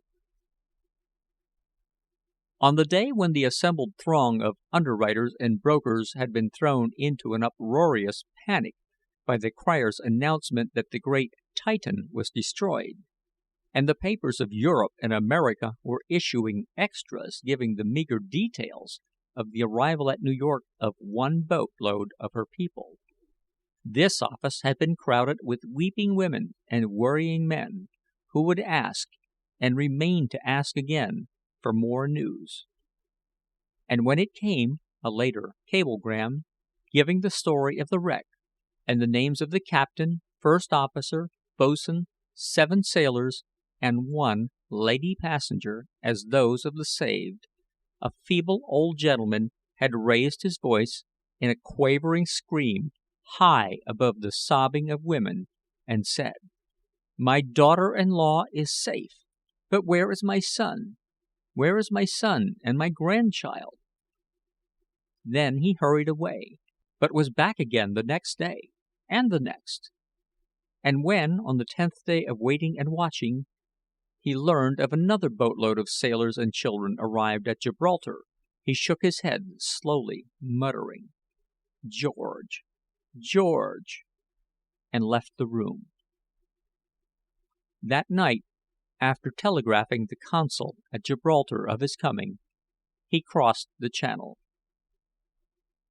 In the first tumultuous riot of inquiry, when underwriters had climbed over desks and each other to hear again of the wreck of the Titan, one, the noisiest of all, a corpulent, hook-nosed man with flashing black eyes, had broken away from the crowd and made his way to the captain's room, where, after a draught of brandy, he had seated himself heavily, with a groan that came from his soul. "Father Abraham," he muttered, "this will ruin me." Others came in, some to drink, some to condole, all to talk. "Hard hit, Meyer?" asked one. 10,000, he answered gloomily. "Serve you right," said another unkindly. "Have more baskets for your eggs. Knew you'd bring up." Though Meyer's eyes sparkled at this, he said nothing, but drank himself stupid, and was assisted home by one of his clerks. From this on, neglecting his business, excepting to occasionally visit the bulletins, he spent his time in the captain's room, drinking heavily, and bemoaning his luck. On the 10th day he read with watery eyes, posted on the bulletin below, the news of the arrival at Gibraltar of the second boatload of people, the following: "Life-buoy of Royal Age, London, picked up among wreckage in latitude 4520, north longitude 5431, West Ship Arctic, Boston, Captain Brant. "Oh, my good God!" he howled as he rushed toward the captain's room. "Poor devil, poor damned fool of an Israelite," said one observer to another. "He covered the whole of the Royal Age, and the biggest chunk of the Titan. It'll take his wife's diamonds to settle." 3 weeks later, Mr. Meyer was aroused from a brooding lethargy by a crowd of shouting underwriters, who rushed into the captain's room, seized him by the shoulders, and hurried him out and up to a bulletin. "Read it, Meyer, read it. What do you think of it?" With some difficulty he read aloud, while they watched his face. "John Rowland, sailor of the Titan, with child passenger, name unknown, on board Peerless, Bath, at Kristiansand, Norway. Both dangerously ill. Rowland speaks of ship cut in half night before loss of Titan." "What do you make of it, Meyer? Royal Age, isn't it?" "Yes," vociferated another. "I've figured back. Only ship not reported lately. Overdue 2 months. Was spoken same day 50 miles east of that iceberg." "Sure thing," said others. "Nothing said about it in the captain's statement. Looks queer." "Vell, vot of it?" said Mr. Meyer, painfully and stupidly. "Der is a collision clause in der Titan's policy. I merely pay the money to der steamship company instead of der Royal Age people." "But why did the captain conceal it?" they shouted at him.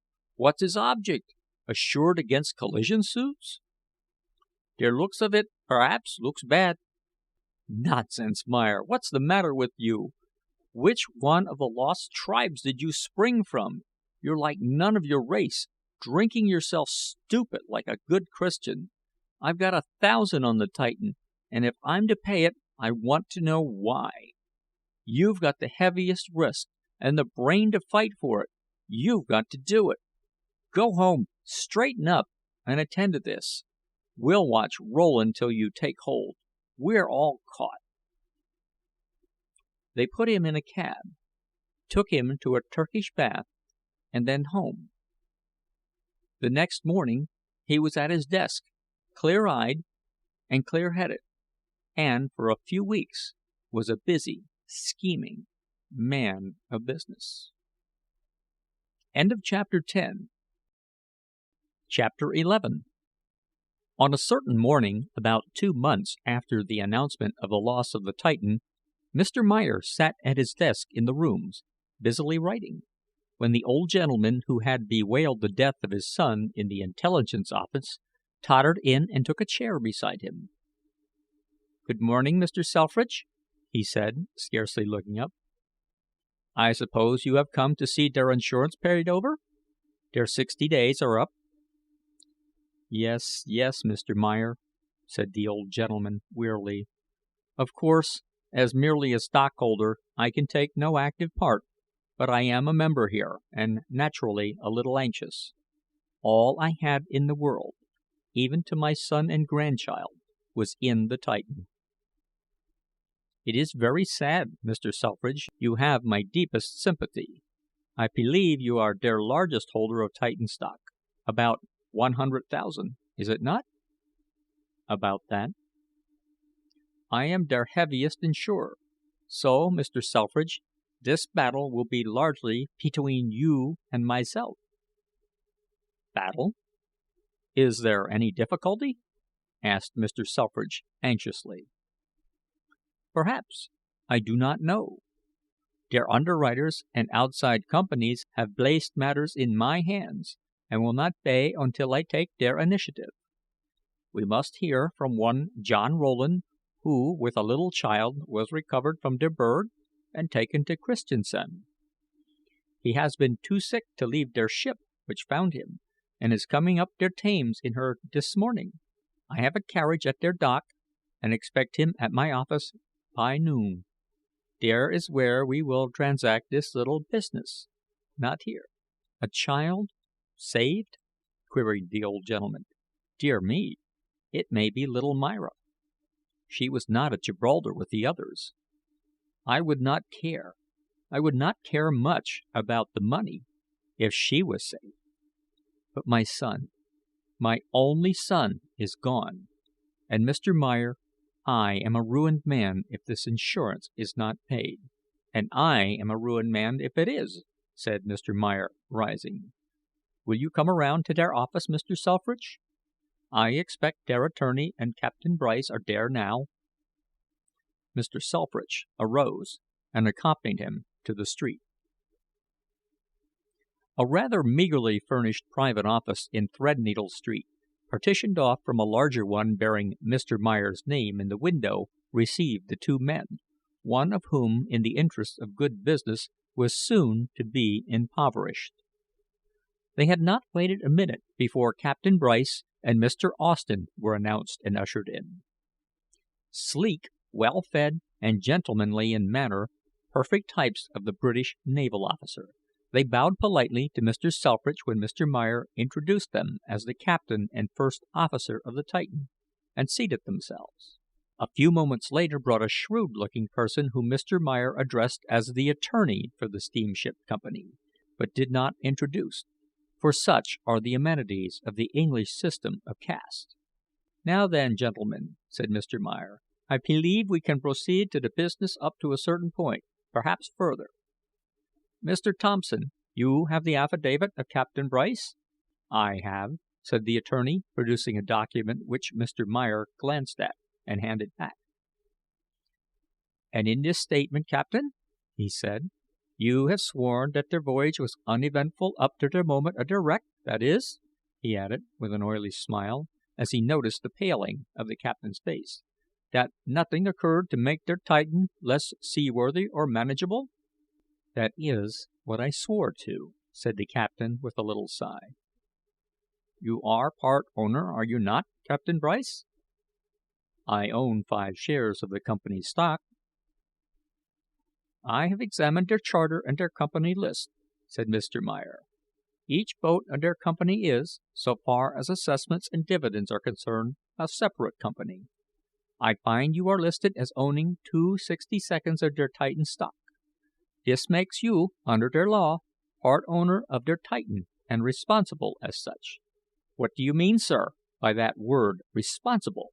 said Captain Bryce, quickly. For answer, Mr. Meyer elevated his black eyebrows, assumed an attitude of listening, looked at his watch, and went to the door, which, as he opened, admitted the sound of carriage wheels. "In here," he called to his clerks, then faced the captain. "What do I mean, Captain Bryce?" he thundered. "I mean that you have concealed in your sworn statement all reference to der fact that you collided with and sunk the ship Royal Age on der night before the wreck of your own ship." "Who says so? How do you know it?" blustered the captain. "You have only that bulletin statement of the man Rowland, an irresponsible drunkard." "The man was lifted aboard drunk at New York," broke in the first officer, "and remained in a condition of delirium tremens up to the shipwreck. We did not meet the Royal Age, and are in no way responsible for her loss." "Yes," added Captain Bryce, "and a man in that condition is liable to see anything. We listened to his ravings on the night of the wreck. He was on lookout on the bridge. Mr. Austen, the boatswain, and myself were close to him." Before Mr. Meyer's oily smile had indicated to the flustered captain that he had said too much, the door opened and admitted Rowland, pale and weak, with empty left sleeve, leaning on the arm of a bronze-bearded and manly-looking giant who carried little Myra on the other shoulder, and who said, in the breezy tone of the quarter-deck: "Well, I've brought him, half dead, but why couldn't you give me time to dock my ship? A mate can't do everything." "And this is Captain Barry of der Peerless?" said Mr. Meyer, taking his hand. "It is all right, my friend, you will not lose.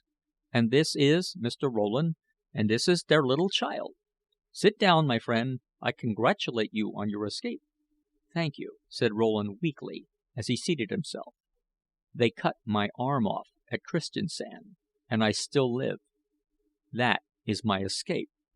Captain Bryce and Mr. Austen, pale and motionless, stared hard at this man, in whose emaciated face, refined by suffering to the almost spiritual softness of age, they hardly recognized the features of the troublesome sailor of the Titan. His clothing, though clean, was ragged and patched. Mr. Selfridge had arisen, and was also staring, not at Rowland, but at the child, who, seated in the lap of the big Captain Barry, was looking around with wondering eyes. Her costume was unique, a dress of bagging stuff, put together, as were her canvas shoes and hat, with sail twine in sailmaker's stitches, 3 to the inch, covered skirts, and underclothing made from old flannel shirts. It represented many an hour's work of the watch below, lovingly bestowed by the crew of the Peerless, for the crippled Rowland could not sew. Mr. Selfridge approached, scanned the pretty features closely, and asked, "What is her name?" "Her first name is Myra," answered Rowland. "She remembers that, but I have not learned her last name, though I knew her mother years ago, before her marriage." "Myra, Myra," repeated the old gentleman. "Do you know me? Don't you know me?" He trembled visibly as he stooped and kissed her. The little forehead puckered and wrinkled as the child struggled with memory. Then it cleared, and the whole face sweetened to a smile. "Grandpa!" she said. "Oh, God, I thank Thee!" murmured Mr. Selfridge, taking her in his arms. "I have lost my son, but I have found his child, my granddaughter." "But, sir," asked Rowland, eagerly, "you this child's grandfather? Your son is lost, you say? Was he on board the Titan? And the mother, was she saved? Or is she, too?" He stopped, unable to continue. "The mother is safe in New York, but the father, my son, has not yet been heard from," said the old man mournfully. Rowland's head sank, and he hid his face for a moment in his arm, on the table at which he sat. It had been a face as old and worn and weary as that of the white-haired man confronting him. On it, when it raised, flushed, bright-eyed, and smiling, was the glory of youth. "I trust, sir," he said, "that you will telegraph her.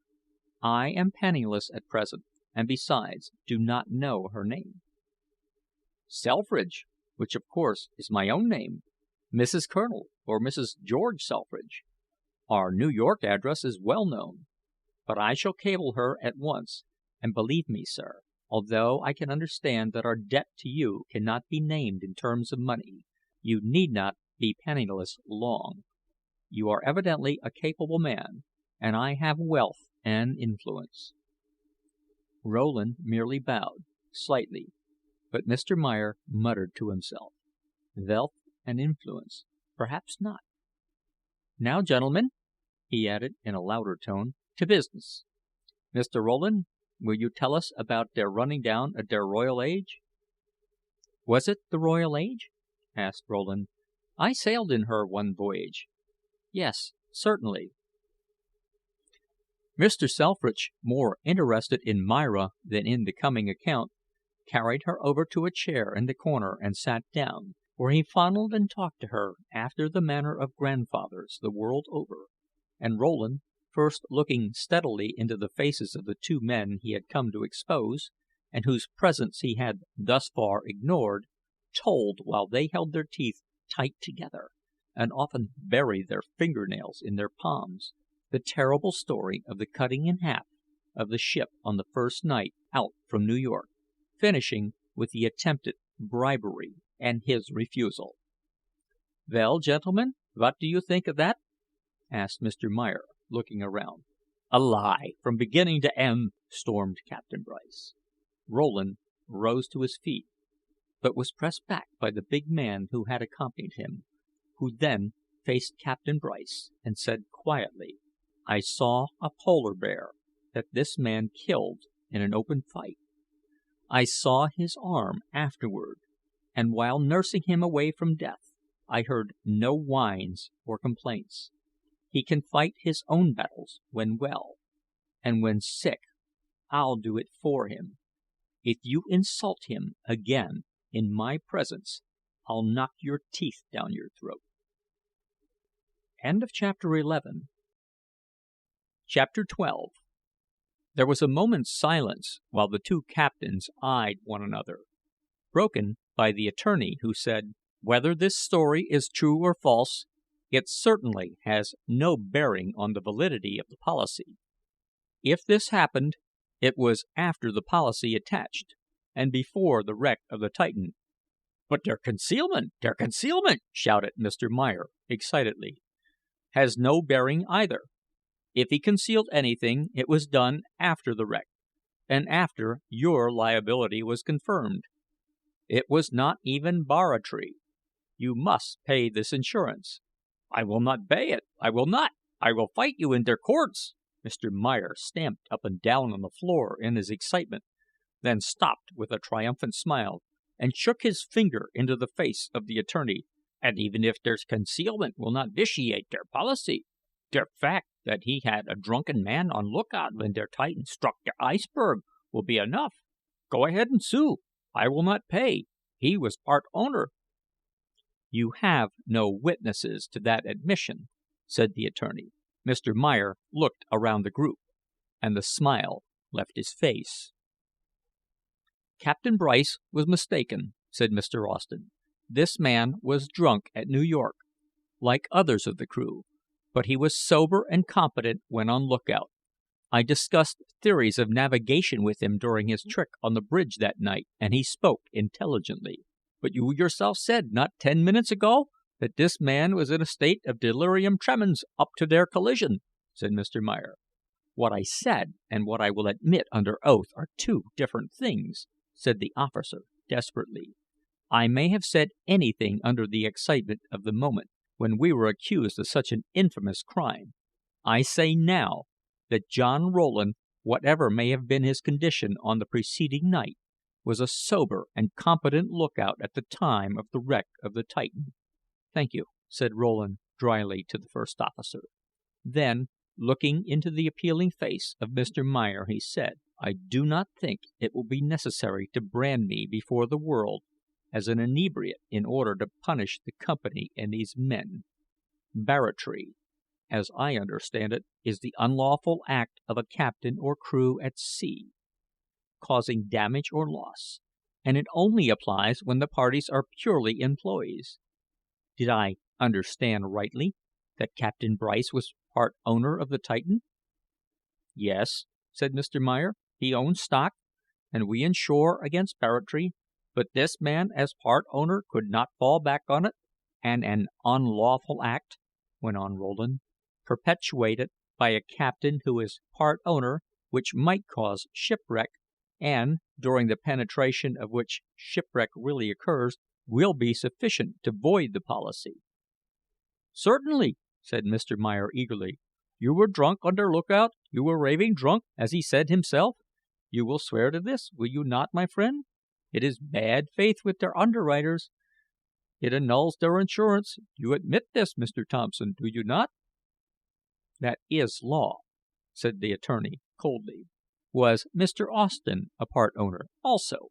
asked Rowland, ignoring Mr. Meyer's view of the case. "One share, is it not, Mr. Austen?" asked Mr. Meyer, while he rubbed his hands and smiled. Mr. Austen made no sign of denial, and Rowland continued: "Then, for drugging a sailor into a stupor, and having him on lookout out of his turn while in that condition, and at the moment when the Titan struck the iceberg, Captain Bryce and Mr. Austen have, as part owners, committed an act which nullifies the insurance on that ship." "You infernal, lying scoundrel!" roared Captain Bryce. He strode toward Rowland with threatening face. Halfway, he was stopped by the impact of a huge brown fist, which sent him reeling and staggering across the room towards Mr. Selfridge and the child, over whom he floundered to the floor, a disheveled heap, while the big Captain Barry examined teeth marks on his knuckles, and every one else sprang to their feet. "I told you to look out," said Captain Barry. "Treat my friend respectfully." He glared steadily at the first officer, as though inviting him to duplicate the offense, but that gentleman backed away from him, and assisted the dazed Captain Bryce to a chair, where he felt of his loosened teeth, spat blood upon Mr. Meyer's floor, and gradually weakened to a realization of the fact that he had been knocked down, and by an American. Little Myra, unhurt but badly frightened, began to cry and call for Rowland in her own way, to the wonder and somewhat to the scandal of the gentle old man who was endeavoring to soothe her. "Dammy!" she cried as she struggled to go to him. "I want Dammy! Dammy! Dammy!" "Oh, what a bad little girl!" said the jocular Mr. Meyer, looking down on her. "Where did she learn such language?" "It is my nickname," said Rowland, smiling in spite of himself.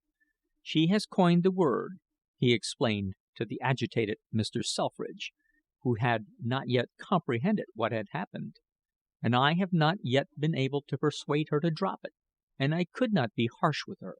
Let me take her, sir." He seated himself with the child, who nestled up to him contentedly, and soon was tranquil. "Now, my friend," said Mr. Meyer, "you must tell us about this drugging."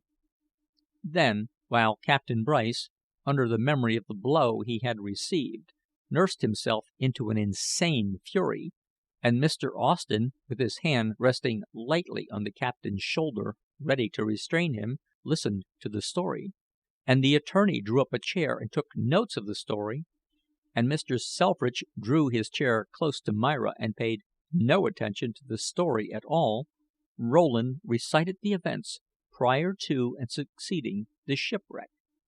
Beginning with the finding of the whisky in his pocket, he told of his being called to the starboard bridge lookout in place of the rightful incumbent; of the sudden and strange interest Mr. Austen displayed as to his knowledge of navigation; of the pain in his stomach, the frightful shapes he had seen on the deck beneath, and the sensations of his dream. Leaving out only the part which bore on the woman he loved, he told of the sleep-walking child which awakened him, of the crash of ice and instant wreck, and the fixed condition of his eyes, which prevented their focusing only at a certain distance, finishing his story, to explain his empty sleeve, with a graphic account of the fight with the bear. "And I have studied it all out," he said in conclusion. "I was drugged, I believe, with hasheesh, which makes a man see strange things, and brought up on the bridge lookout where I could be watched and my ravings listened to and recorded, for the sole purpose of discrediting my threatened testimony in regard to the collision of the night before. But I was only half drugged, as I spilled part of my tea at supper. In that tea, I am positive, was the hasheesh." "You know all about it, don't you?" snarled Captain Bryce from his chair. "'Twas not hasheesh. 'Twas an infusion of Indian hemp. You don't know." Mr. Austen's hand closed over his mouth, and he subsided. "Self-convicted," said Rowland, with a quiet laugh. "Hasheesh is made from Indian hemp." "You hear this, gentlemen?" exclaimed Mr. Meyer, springing to his feet and facing everybody in turn. He pounced on Captain Barry. "You hear this confession, Captain? You hear him say Indian hemp? I have a witness now, Mr. Thompson. Go right on with your suit. You hear him, Captain Barry? You are disinterested. You are a witness. You hear?" "Yes, I heard it, the murdering scoundrel," said the captain. Mr. Meyer danced up and down in his joy, while the attorney, pocketing his notes, remarked to the discomfited Captain Bryce, "You are the poorest fool I know," and left the office. Then Mr. Meyer calmed himself, and facing the two steamship officers, said slowly and impressively, while he poked his forefinger almost into their faces, "England is a fine country, my friends, a fine country to leave behind sometimes. There is Canada, and der United States, and Australia, and South Africa, all fine countries too, fine countries to go to with new names. My friends, you will be bulletined enlisted at Lloyd's in less than a half an hour, and you will never again sail under der English flag as officers. And, my friends, let me say that in half an hour after you are bulletined, all Scotland Yard will be looking for you. But my door is not locked." Silently they arose, pale, shamefaced, and crushed, and went out the door, through the outer office, and into the street. Chapter 13. Mr. Selfridge had begun to take an interest in the proceedings. As the two men passed out he arose and asked, "Have you reached a settlement, Mr. Meyer? Will the insurance be paid?" "No!" roared the underwriter, in the ear of the puzzled old gentleman, while he slapped him vigorously on the back. "It will not be paid. You or I must have been ruined, Mr. Selfridge, and it has settled on you. I do not pay der Titan's insurance, nor will der other insurers. On der contrary, as der collision clause in der policy is void with der rest, your company must reimburse me for der insurance which I must pay to der Royal Age owners. That is, unless our good friend here, Mr. Rowland, who was on der lookout at der time, will swear that her lights were out." "Not at all," said Rowland. "Her lights were burning. Look to the old gentleman!" he exclaimed. "Look out for him! Catch him!" Mr. Selfridge was stumbling toward a chair. He grasped it, loosened his hold, and before any one could reach him fell to the floor, where he lay with ashen lips and rolling eyes, gasping convulsively. "Heart failure," said Rowland as he knelt by his side. "Send for a doctor." "Send for a doctor," repeated Mr. Meyer through the door to his clerks, "and send for a carriage, quick! I don't want him to die in der office." Captain Barry lifted the helpless figure to a couch, and they watched, while the convulsions grew easier, the breath shorter, and the lips from ashen gray to blue. Before a doctor or carriage had come, he had passed away. "Sudden emotion of some kind," said the doctor when he did arrive. "Violent emotion, too. Hear bad news?" "Bad and good," answered the underwriter. "Good in learning that this dear little girl was his granddaughter. Bad in learning that he was a ruined man. He was der heaviest stockholder in der Titan. £100,000 he owned of der stock, all of which this poor dear little child will not get." Mr. Meyer looked sorrowful as he patted Myra on the head. Captain Barry beckoned to Rowland, who, slightly flushed, was standing by the still figure on the couch and watching the face of Mr. Meyer, on which annoyance, jubilation, and simulated shock could be seen in turn. "Wait," he said as he turned to watch the doctor leave the room. "Is this so, Mr. Meyer?" he added to the underwriter, "that Mr. Selfridge owned Titan stock and would have been ruined had he lived by the loss of the insurance money?" "Yes, he would have been a poor man. He had invested his last farthing, £100,000, and if he had left any more it would be assessed to make good his share of what der company must pay for der Royal Age, which I also insured." "Was there a collision clause in the Titan's policy?" "There was." "And you took the risk, knowing that she was to run the northern lane at full speed through fog and snow?" "I did. So did others." "Then, Mr. Meyer, it remains for me to tell you that the insurance on the Titan will be paid, as well as any liabilities included and specified by the collision clause in the policy. In short, I, the one man who can prevent it, refuse to testify." "Vot?" Mr. Meyer grasped the back of a chair, and leaning over it, stared at Rowland. "You will not testify? What you mean?" "What I said, and I do not feel called upon to give you my reasons, Mr. Meyer."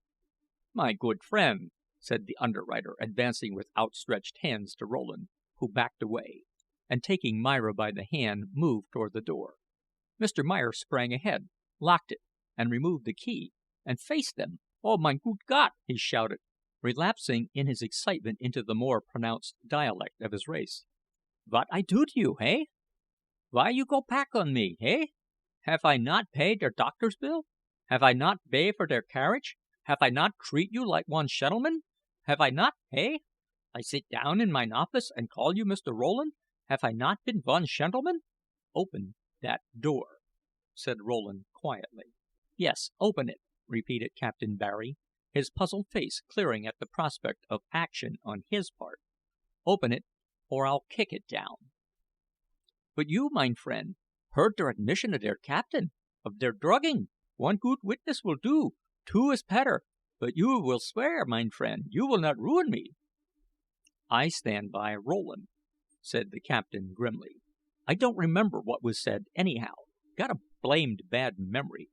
Yet away from that door, grievous lamentation, weepings and wailings, and the most genuine gnashing of teeth, interspersed with the feebler cries of the frightened Myra, and punctuated by terse commands in regard to the door, filled that private office, to the wonder of the clerks without, and ended, at last, with the crashing of the door from its hinges.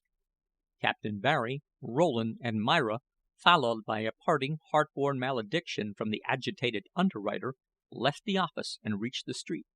The carriage that had brought them was still waiting. "Settle inside," called the captain to the driver. "We'll take another, Rowland." Around the first corner they found a cab, which they entered, Captain Barry giving the driver the direction: "Bark Peerless, East India Dock." "I think I understand the game, Rowland," he said, as they started. "You don't want to break this child." "That's it," answered Rowland, weakly, as he leaned back on the cushion, faint from the excitement of the last few moments. "And as for the right or wrong of the position I am in, why, we must go farther back for it than the question of lookouts. The cause of the wreck was full speed in a fog. All hands on lookout could not have seen that berg. The underwriters knew the speed and took the risk. Let them pay." "Right, and I'm with you on it, but you must get out of the country. I don't know the law on the matter, but they may compel you to testify. You can't ship for the mast again, that's settled, but you can have a berth mate with me as long as I sail a ship, if you'll take it, and you're to make my cabin your home as long as you like. Remember that. Still, I know you want to get across with the kid, and if you stay around until I sail, it may be months before you get to New York, with the chance of losing her by getting afoul of English law. But just leave it to me. There are powerful interests at stake in regard to this matter." What Captain Barry had in mind, Rowland was too weak to inquire. On their arrival at the bark, he was assisted by his friend to a couch in the cabin, where he spent the rest of the day, unable to leave it. Meanwhile, Captain Barry had gone ashore again. Returning toward evening, he said to the man on the couch: "I've got your pay, Rowland, and signed a receipt for it to that attorney. He paid it out of his own pocket. You could have worked that company for 50,000 or more, but I knew you wouldn't touch the money, and so only struck him for your wages. You're entitled to a month's pay. Here it is, American money, about 17." He gave Rowland a roll of bills. "Now here's something else, Rowland," he continued, producing an envelope. "In consideration of the fact that you lost all your clothes and later your arm through the carelessness of the company's officers, Mr. Thompson offers you this." Rowland opened the envelope. In it were 2 first-class cabin tickets from Liverpool to New York. Flushing hotly, he said bitterly: "It seems that I'm not to escape it, after all." "Take 'em, old man, take 'em. In fact, I took 'em for you, and you and the kid are booked. And I made Thompson agree to settle your doctor's bills and expenses with that Sheeny. 'Tisn't bribery. I'd heel you myself for the run over, but hang it, you'll take nothing from me. You've got to get the young 'un over. You're the only one to do it. The old gentleman was an American, alone here, hadn't even a lawyer that I could find. The boat sails in the morning, and the night train leaves in 2 hours. Think of that mother, Rowland. Why, man, I'd travel round the world to stand in your shoes when you hand Myra over. I've got a child of my own." The captain's eyes were winking hard and fast, and Rowland's were shining. "Yes, I'll take the passage," he said with a smile. "I accept the bribe." "That's right. You'll be strong and healthy when you land, and when that mother's through thanking you, and you have to think of yourself. Remember, I want a mate and will be here a month before sailing. Write to me, care of Lloyd's, if you want the berth, and I'll send you advance money to get back with." "Thank you, Captain," said Rowland as he took the other's hand, and then glanced at his empty sleeve, "but my going to sea is ended. Even a mate needs two hands." "Well, suit yourself, Rowland. I'll take you mate without any hands at all while you had your brains. It's done me good to meet a man like you. And say, old man, you won't take it wrong from me, will you? It's none of my business, but you're too all fired good a man to drink. You haven't had a nip for 2 months. Are you going to begin?" "Never again," said Rowland, rising. "I've a future now, as well as a past." Chapter 14. It was near noon of the next day that Rowland, seated in a steamer chair with Myra, and looking out on a sail spangled stretch of blue from the saloon deck of a westbound liner, remembered that he had made no provisions to have Mrs. Selfridge notified by cable of the safety of her child, and unless Mr. Meyer or his associates gave the story to the press it would not be known. "Well," he mused, "joy will not kill, and I shall witness it in its fullness if I take her by surprise. But the chances are that it will get into the papers before I reach her. It is too good for Mr. Meyer to keep." But the story was not given out immediately. Mr. Meyer called a conference of the underwriters concerned with him in the insurance of the Titan, at which it was decided to remain silent concerning the card they hoped to play, and to spend a little time and money in hunting for other witnesses among the Titan's crew, and in interviewing Captain Barry, to the end of improving his memory. A few stormy meetings with this huge obstructionist convinced them of the futility of further effort in his direction, and after finding at the end of the week that every surviving member of the Titan's port watch, as well as a few of the other, had been induced to sign for Cape voyages or had otherwise disappeared, they decided to give the story told by Rowland to the press in the hope that publicity would avail to bring to light corroboratory evidence. And this story, improved upon in the repeating by Mr. Meyer to reporters, and embellished still further by the reporters as they wrote it up, particularly in the part pertaining to the polar bear, blazoned out in the great dailies of England and the Continent, and was cabled to New York with the name of the steamer in which John Rowland had sailed, for his movements had been traced in the search for evidence, where it arrived, too late for publication, the morning of the day on which, with Myra on his shoulder, he stepped down the gangplank at a North River dock. As a consequence, he was surrounded on the dock by enthusiastic reporters, who spoke of the story and asked for details. He refused to talk, escaped them, and gaining the side streets, soon found himself in crowded Broadway, where he entered the office of the steamship company in whose employ he had been wrecked, and secured from the Titan's passenger list the address of Mrs. Selfridge, the only woman saved. Then he took a car up Broadway and alighted abreast of a large department store. "We're going to see Mamma soon, Myra," he whispered in the pink ear, "and you must go dressed up. It doesn't matter about me, but you're a Fifth Avenue baby, a little aristocrat. Those old clothes won't do now." But she had forgotten the word "mamma," and was more interested in the exciting noise and life of the street than in the clothing she wore. In the store Rowland asked for and was directed to the children's department, where a young woman waited on him. "This child has been shipwrecked," he said. "I have $16.50 to spend on it. Give it a bath, dress its hair, and use up the money on a dress, shoes and stockings, underclothing, and a hat." The young woman stooped and kissed the little girl from sheer sympathy, but protested that not much could be done. "Do your best," said Rowland. "It is all I have. I will wait here." An hour later penniless again, he emerged from the store with Myra, bravely dressed in her new finery, and was stopped at the corner by a policeman who had seen him come out, and who marveled, doubtless, at such juxtaposition of rags and ribbons. "Whose kid ye got?"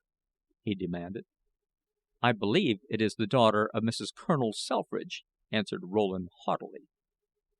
Too haughtily, by far.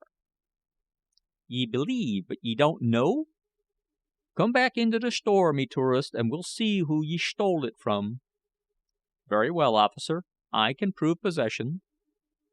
They started back, the officer with his hand on Rowland's collar, and were met at the door by a party of 3 or 4 people coming out. One of this party, a young woman in black, uttered a piercing shriek and sprang toward them. "Myra!" she screamed. "Give me my baby! Give her to me!" She snatched the child from Rowland's shoulder, hugged it, kissed it, cried and screamed over it, then, oblivious to the crowd that collected, incontinently fainted in the arms of an indignant old gentleman. "You scoundrel!" he exclaimed, as he flourished his cane over Rowland's head with his free arm. "We've caught you! Officer, take that man to the station house. I will follow and make a charge in the name of my daughter." "Then he stole the kid, did he?" asked the policeman. "Most certainly," answered the old gentleman, as, with the assistance of the others, he supported the unconscious young mother to the carriage. They all entered, little Myra screaming for Rowland from the arms of a family member of the party, and were driven off. "Come on with me," uttered the officer, rapping his prisoner on the head with his club and jerking him off his feet. Then, while an approving crowd applauded, the man who had fought and conquered a hungry polar bear was dragged through the streets like a sick animal by a New York policeman. For such is the stultifying effect of a civilized environment. Chapter 15. In New York City there are homes permeated by a moral atmosphere so pure, so elevated, so sensitive to the vibrations of human woe and misdoing, that their occupants are completely removed from all consideration of any but the spiritual welfare of poor humanity. In these homes the news gathering, sensation mongering daily paper does not enter. In the same city are dignified magistrates, members of clubs and societies, who spend late hours and often fail to arise in the morning in time to read the papers before the opening of court. Also in New York are city editors, bilious of stomach, testy of speech, and inconsiderate of reporters' feelings and professional pride. Such editors, when a reporter has failed, through no fault of his own, in successfully interviewing a celebrity, will sometimes send him news gathering in the police courts, where printable news is scarce. On the morning following the arrest of John Rowland, 3 reporters, sent by 3 such editors, attended a hall of justice presided over by one of the late rising magistrates mentioned above. In the anteroom of this court, ragged, disfigured by his clubbing, and disheveled by his night in a cell, stood Rowland, with other unfortunates more or less guilty of offense against society. When his name was called, he was hustled through a door, along a line of policemen, each of whom added to his own usefulness by giving him a shove, and into the dock, where the stern-faced and tired-looking magistrate glared at him. Seated in a corner of the courtroom were the old gentleman of the day before, the young mother with little Myra in her lap, and a number of other ladies, all excited in demeanor, and all but the young mother directing venomous glances at Rowland. Mrs. Selfridge, pale and hollow-eyed, but happy-faced withal, allowed no wandering glance to rest on him. The officer who had arrested Rowland was sworn, and testified that he had stopped the prisoner on Broadway while making off with the child, whose rich clothing had attracted his attention.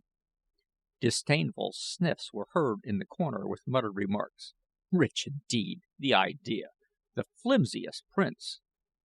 Mr. Gaunt, The prosecuting witness was called to testify. "This man, your Honor," he began excitedly, "was once a gentleman and a frequent guest at my house. He asked for the hand of my daughter, and as his request was not granted, threatened revenge. Yes, sir, and out on the broad Atlantic, where he had followed my daughter in the guise of a sailor, he attempted to murder that child, my grandchild, but was discovered." "Wait," interrupted the magistrate. "Confine your testimony to the present offense." "Yes, your Honor. Failing in this, he stole or enticed the little one from its bed, and in less than 5 minutes the ship was wrecked, and he must have escaped with the child in—" "Were you a witness of this?" "I was not there, your Honor, but we have it on the word of the first officer, a gentleman—" "Step down, sir. That will do. Officer, was this offense committed in New York?" "Yes, your Honor. I caught him meself." "Who did he steal the child from?" "That leddy over yonder." "Madam, will you take the stand?" With her child in her arms, Mrs. Selfridge was sworn in, and in a low, quavering voice repeated what her father had said. Being a woman, she was allowed by the woman wise magistrate to tell her story in her own way. When she spoke of the attempted murder at the taffrail, her manner became excited. Then she told of the captain's promise to put the man in irons on her agreeing to testify against him, of the consequent decrease in her watchfulness, and her missing the child just before the shipwreck, of her rescue by the gallant first officer, and his assertion that he had seen her child in the arms of this man, the only man on earth who would harm it, of the later news that a boat containing sailors and children had been picked up by a Mediterranean steamer, of the detectives sent over, and their report that a sailor answering this man's description had refused to surrender a child to the consul at Gibraltar and had disappeared with it, of her joy at the news that Myra was alive, and despair of ever seeing her again until she had met her in this man's arms on Broadway the day before. At this point, outraged maternity overcame her. With cheeks flushed and eyes blazing scorn and anger, she pointed at Rowland and all but screamed, "And he has mutilated, tortured my baby! There are deep wounds in her little back, and the doctor said, only last night, that they were made by a sharp instrument. But he must have tried to warp and twist the mind of my child, or put her through frightful experiences, for he has taught her to swear horribly. And last night, at bedtime, when I told her the story of Elisha and the bears and the children, she burst out into the most uncontrollable screaming and sobbing." Here her testimony ended in a breakdown of hysterics, between sobs of which were frequent admonitions to the child not to say that bad word, for Myra had caught sight of Rowland and was calling his nickname. "What shipwreck was this? Where was it?" asked the puzzled magistrate of nobody in particular. "The Titan," called out half a dozen newspaper men across the room. "The Titan," repeated the magistrate. "Then this offense was committed on the high seas under the English flag. I cannot imagine why it is brought into this court. Prisoner, have you anything to say?" "Nothing, your Honor." The answer came in a kind of dry sob. The magistrate scanned the ashen-faced man in rags, and said to the clerk of the court, "Change this charge to vagrancy, eh?" The clerk, instigated by the newspaper men, was at his elbow. He laid a morning paper before him, pointed to certain big letters, and retired. Then the business of the court suspended while the court read the news. After a moment or two, the magistrate looked up. "Prisoner," he said sharply, "take your left sleeve out of your breast." Rowland obeyed mechanically, and it dangled at his side. The magistrate noticed and read on. Then he folded the paper and said, "You are the man who was rescued from an iceberg, are you not?" The prisoner bowed his head. "Discharged!" The word came forth in an unjudicial roar. "Madam, added the magistrate with a kindling light in his eye. "This man has merely saved your child's life. If you will read of his defending it from a polar bear when you go home, I doubt that you will tell it any more bear stories. Sharp instrument! Humph!" Which was equally unjudicial on the part of the court. Mrs. Selfridge, with a mystified and rather aggrieved expression of face, left the court room with her indignant father and friends, while Myra shouted profanely for Rowland, who had fallen into the hands of the reporters. They would have entertained him after the manner of the craft, but he would not be entertained, neither would he talk. He escaped and was swallowed up in the world without, and when the evening papers appeared that day, the events of the trial were all that could be added to the story of the morning. Chapter 16. On the morning of the next day, a one-armed dock lounger found an old fishhook and some pieces of string which he knotted together. Then he dug some bait and caught a fish.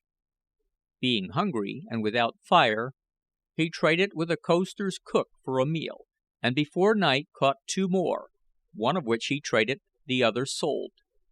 He slept under the docks, paying no rent, fished, traded, and sold for a month, then paid for a second-hand suit of clothes and the services of a barber.